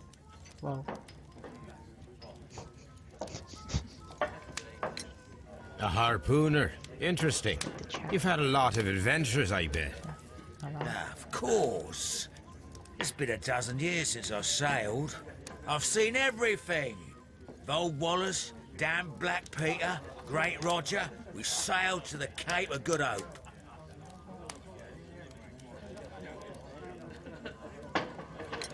Black Peter, you say? I've heard rumors about that one. He was the worst of them all. He was a liar and violent too. Swinging those fists of his around. He was a tyrant and not much of a captain. At least, not as good as Great Roger. I see. Yes. I was told terrible tales about Black Peter. But you ain't heard the worst. Tell me, and let's have another drink. It was in 1883 that it happened. The August of that year. Peter Carey was captain of the Sea of the Port, guys. and I was a spare harpooner. We were coming out of the ice pack on our way home. One evening, we saw a little craft that had been blown north. There was only one man on her, and he wasn't a sailor. The crew must have thought that she had foundered. They made for the Norwegian coast in the dinghy. I guess they all drowned. We took the man on board. Who was this man? And who was he? I don't know. During the crossing, he and the skipper enjoyed some long talks. His baggage was just a tin box. Tin box. That's strange enough. Aye. Even stranger was that on the second night, he disappeared. Disappeared. Nobody knew what happened to him. And of course, nobody could ask Black Peter about it. You know what happened, don't you? You know what happened, don't you? I do. I saw the skipper tie his heels and push him over the rail in the middle of my watch on that dark night. 2 days before we sighted the Shetland lights. Black Peter's a murderer. Aye. Those that know him wouldn't be surprised to hear it. But all this must stay between us. All right? Of course. Back in a second. I'm off to the Kazi. I'll be here with my drink.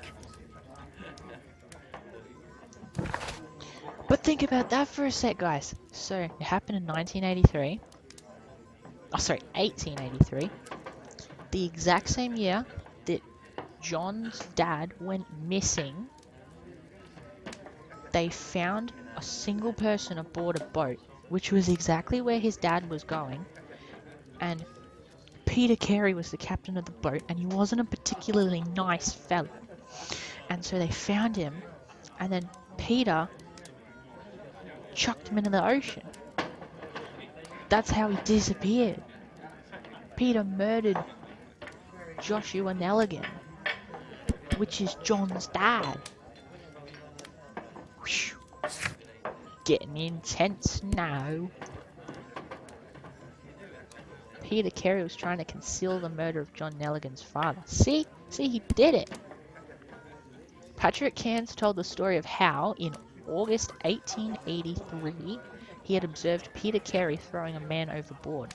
The man had been saved from the sea only the previous night. This man was obviously Joshua Nelligan. Hey, but remember, John doesn't actually know where his dad went. They just know he disappeared. Hey, Glitch. Like, they only saw him disappear. Like, John doesn't actually know about it. Here we go, bros. Here it is. I just planted. Damn it. Walk over to the toilet. Come back. Have you got any tobacco? We've run out of mine. Nah, I lost my pouch. I don't know where. Wait a minute. What's this? Oh, is this your tobacco pouch? Well, oh, it is. It's his pouch, guys. So you know what that means? You know what that means? Because,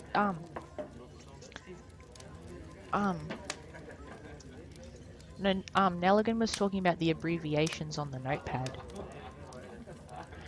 Yeah, so the tobacco is Patrick Cairns's, so, and the tobacco was in the cabin. So Patrick was in the cabin. And there were two glasses, suggesting that there was only one other dude besides Peter when he died.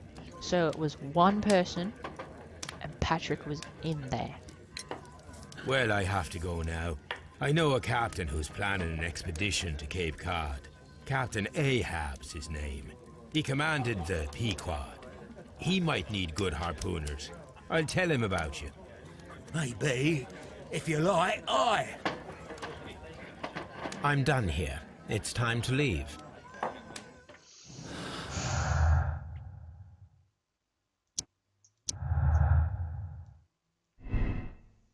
So does the pouch prove his guilt or his visit? Cairns has confirmed that the pouch does belong to him, but does that mean that he was at the scene of the murder? Well, no, it does mean that he was at the scene of the murder, but does it prove his guilt?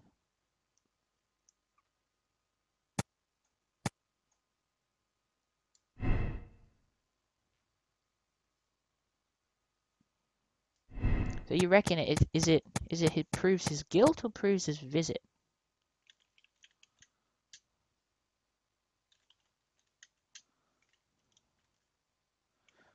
Get mixed messages. One dude's like, it's a visit, and one dude's like, he's guilty, and one dude's like, I'm falling asleep.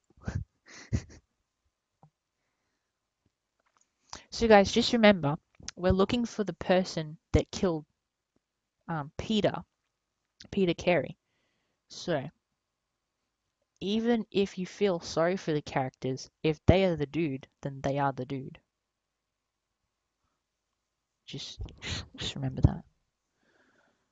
So Glitch 183 seems very, very keen on the fact that he's trying to say it's a visit, so we'll go visit for now.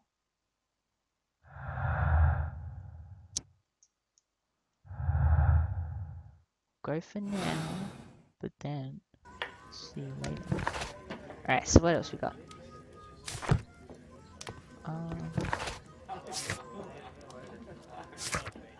We have to go find a use for the bond certificate. So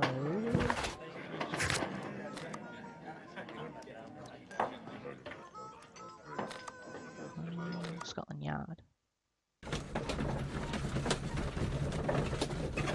Yeah, we can change the choice after, like we're gonna get all the evidence, and then at the end we're gonna decide who we think did it.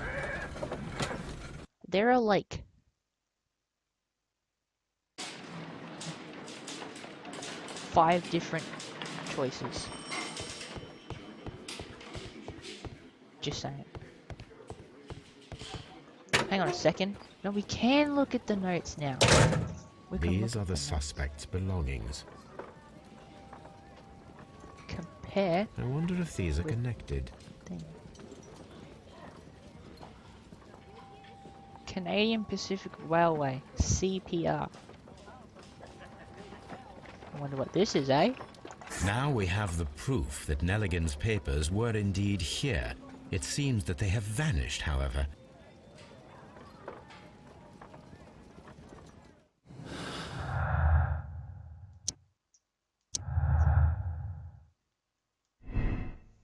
Okay. The break-in attempts were made in order to recover the notebook that had been lying in a pool of the victim's blood. This proves the guilt. Or Nelligan was looking for his father's papers inside Black Peter's cabin. It explains his presence.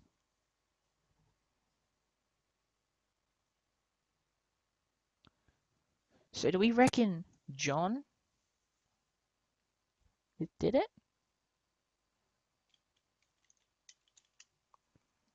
Or do we reckon he's innocent? Because, yes, he came to get something, but did he come to murder? Or did he come to just get something?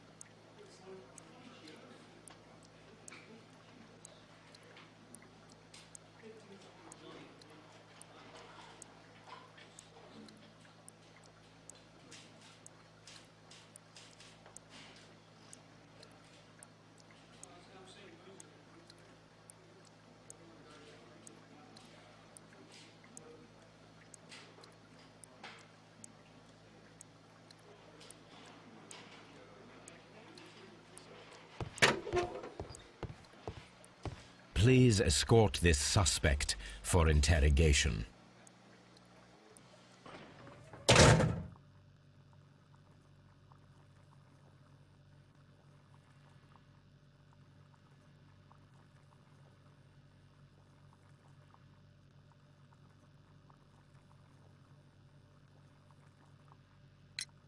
Tell me, Mr. Nelligan, what exactly were you hoping to find inside Peter Carey's cabin? I was trying to find some information about my father.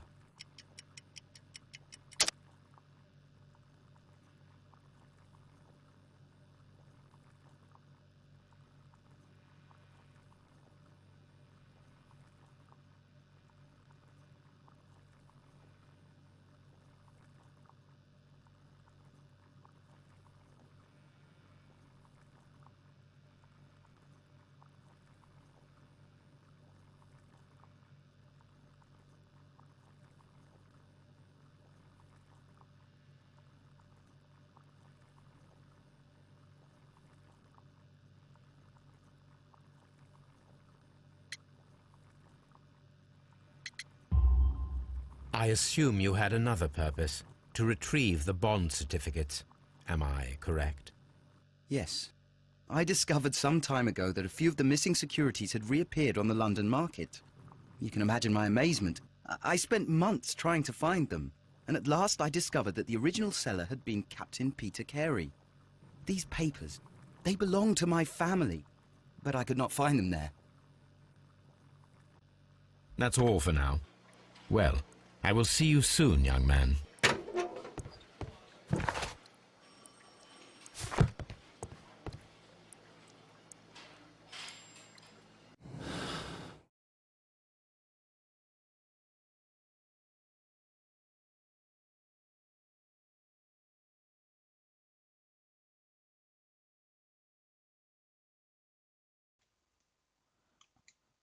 So, wait, but Glitch, so... Yeah, I did, so, but we've got all the evidence now. There's literally nothing else we can do except come to a conclusion.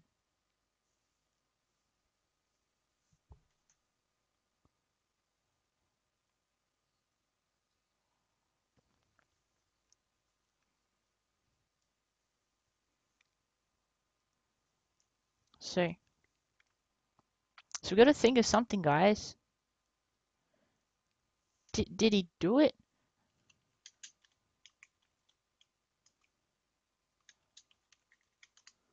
Who did it? Who did it, my dudes?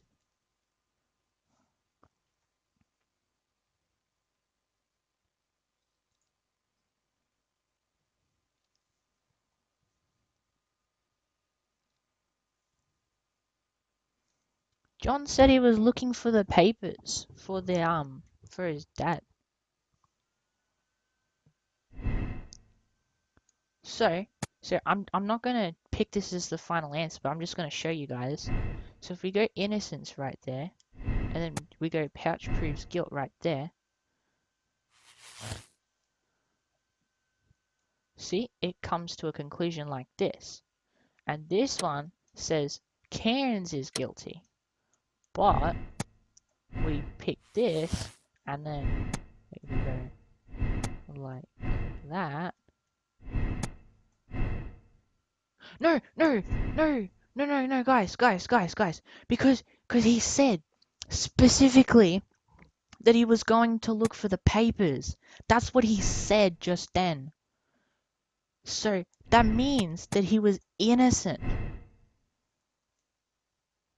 And I don't think he was lying about that, because he didn't really sound like he was lying. Like, he didn't sound very nervous or anything. He sounded extremely confident about his answer. So I'm pretty sure, almost absolutely certain, that this is it. He is innocent, like nothing else.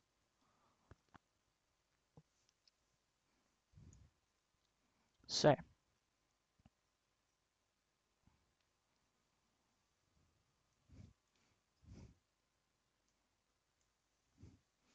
but he was telling the truth though. He said that He said that he was looking for the papers. That's what he said. Looking for papers. Because the papers were stolen, so he came looking for them. But when he came in, he found that Peter died.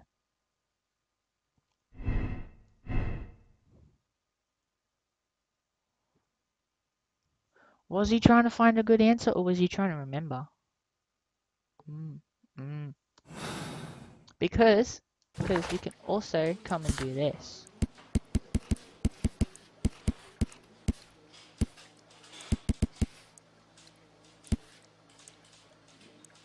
Does this notebook belong? Oh yeah, all that stuff.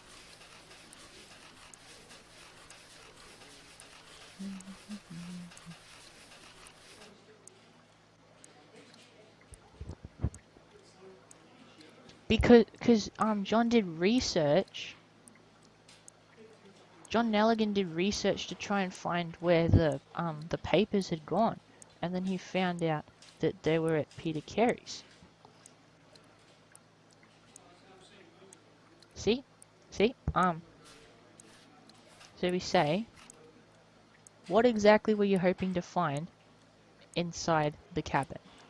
I was trying to find some information about my dad. So he didn't know what was going on with his dad, right?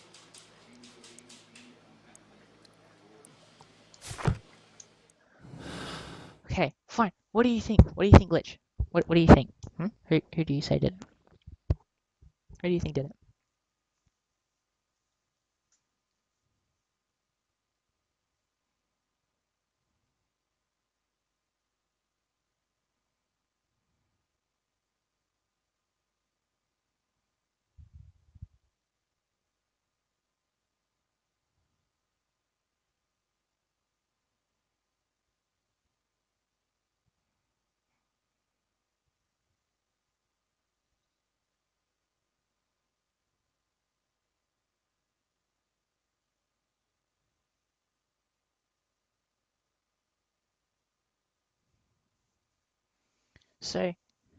So if green guy in the chat says Nelligan's innocent, and then Glitch says Patrick's not guilty, that's got to mean that Hurtley's innocent.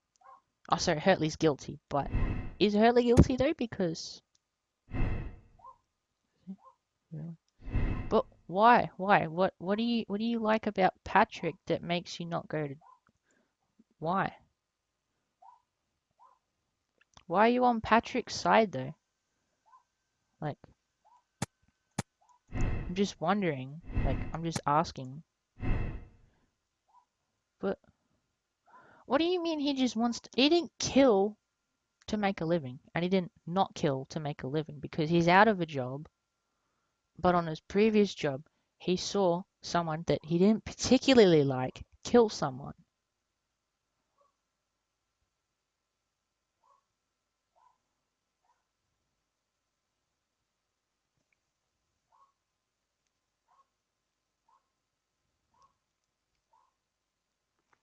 What do you mean? Everything that Peter did affected Patrick. Nothing that Peter did affected Hurtley. I mean, they're all affected, but like Patrick was affected the most because he was working for Peter.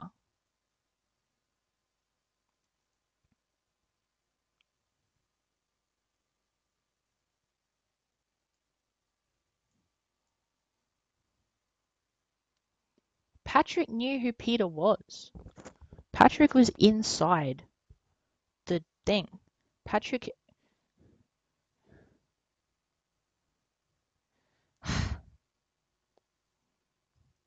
Maybe we'll say Hurtley's guilty then because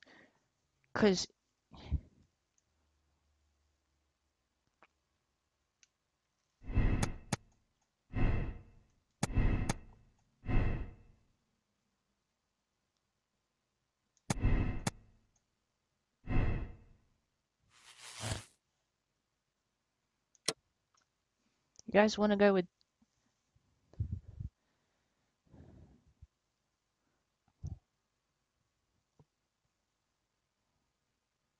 You guys want to go with Hurtley? You think Hurtley did it?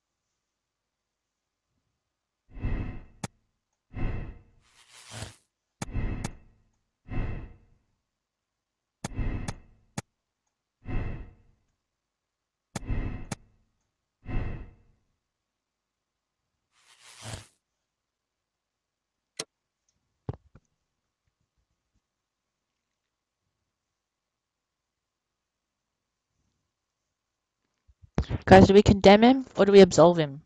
Condemn or absolve?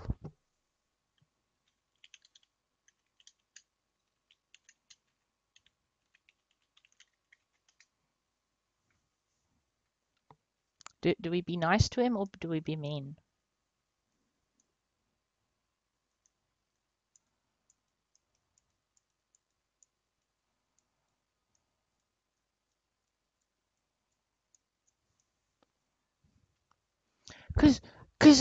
See, Glitch, look what it says. It says Peter Carey was murdered by Patrick Cairns. Cairns is a professional harpooner. His tobacco pouch was found inside Carey's cabin.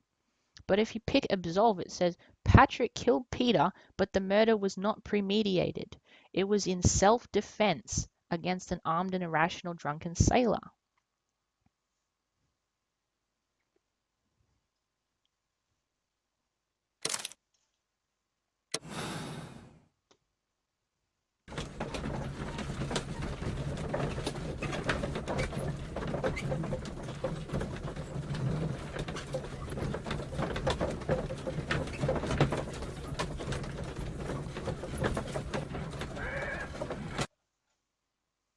The next day.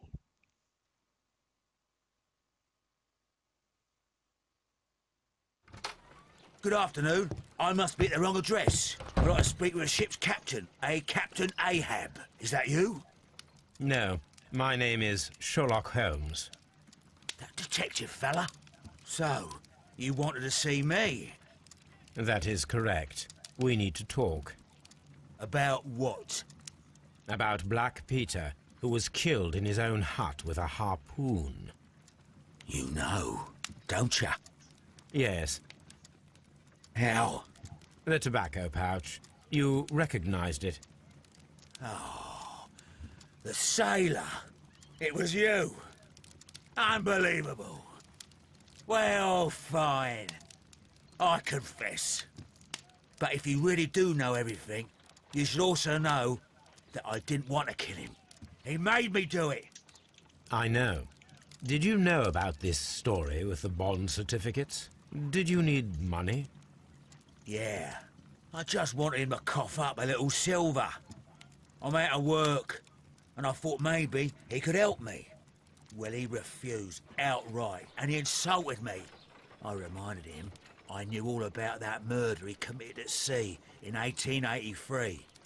Then he got mad when I spoke about his treasure. I barely just had time to throw the harpoon at him before he could jump at me with his knife. You know the truth. What will you do now? I ask that you return the bond certificates. Keep some of them. You will need them in your exile. It is better that you leave the country for a few years. And you won't say anything to the police? I will not say anything as long as you return the money. Well, I'll do as you ask. But what about Inspector Lestrade? I will deal with him. Goodbye. Sometime later. It's good that you asked me to come, Mr. Holmes. We do need to talk. About what? What do you mean? Our case, Mr. Holmes. You sent me a message via your little thug. His name is Wiggins, Inspector. Telling me that the case is solved. Well, Mr. Holmes, tell me, who is our murderer and where is he? The morgue. Eh? His name is, or rather was, Pablo Coventrao. He was also on the ship with Peter Carey, and he was a harpooner. I'll tell you everything, Inspector, but do calm down. Mrs. Hudson will bring us tea and orange cake. Orange cake? You're spoiling me, Mr. Holmes. That's my favourite. Sometime later again.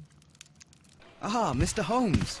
Inspector Lestrade told me that I should thank you for clearing my name. He also said that you were waiting for me here. I came as fast as I could. I cannot thank you enough. It is all because of you that this nightmare is finally over. I believe that this belongs to you. My father's securities. Incredible! But how did you get them? It would take far too long to explain. Tell me. This is extraordinary. You are a genius. Then that may serve as an explanation. Goodbye, Mr. Nelligan, and good luck. Goodbye, Mr. Holmes. And thank you. 1,000 times thank you. The fate of Black Peter, because that's the name of the case. Peter Carey was murdered by Patrick Cairns, a professional harpooner, the only one capable of executing such an accurate throw. His tobacco pouch was found inside Carey's cabin, but the murder was in self-defense against an armed and furious drunken sailor. And we absolved him, so we let him go, but also made him give back what he took. We found all the clues. We came to the conclusion that Cairns is guilty. Do you guys want a spoiler to see if we got it right? It might spoil the experience, but you wanna see? You can say no or yes, if whichever one you want.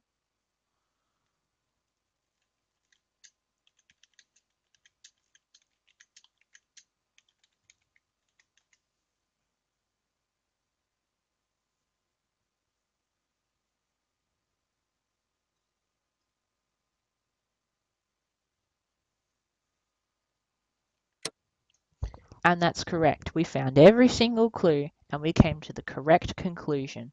Cairns was guilty, but it was self-defense. He didn't intentionally murder him. It did look very, very intentional, but yes. And that has been Sherlock Holmes, Crimes and Punishment #1. There will be more later, maybe, if we have time and money. Just kidding about the money bit. But yeah, there'll probably be more. If you liked this kind of thing, then you say so and I'll do more videos of it. And then we will play some more. And make sure not to miss our next live stream. Oh wait, no, he's got something to say.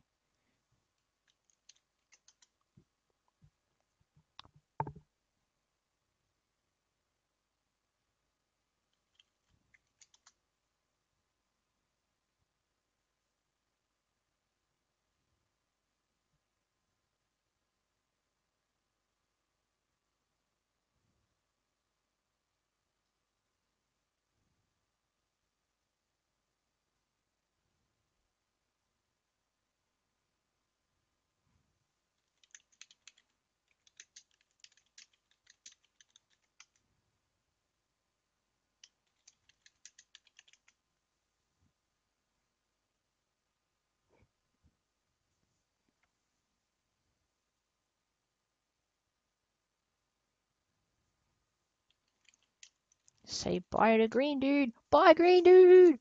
Bye. So that is all we have for today. It's been 2 hours and 28 minutes. Yes, I agree with Glitch. This was very fun. If you would like to see more, please let me know, and we will do more. Bye. Catch you next time. And remember, guys, subscribe if you have not already. Please like and turn on that notification bell because you never know when I'm going to post another video. So yeah. Goodbye, my friends. Hey, we're sympathizing. Yes, do what Glitch says. Remember to like and subscribe.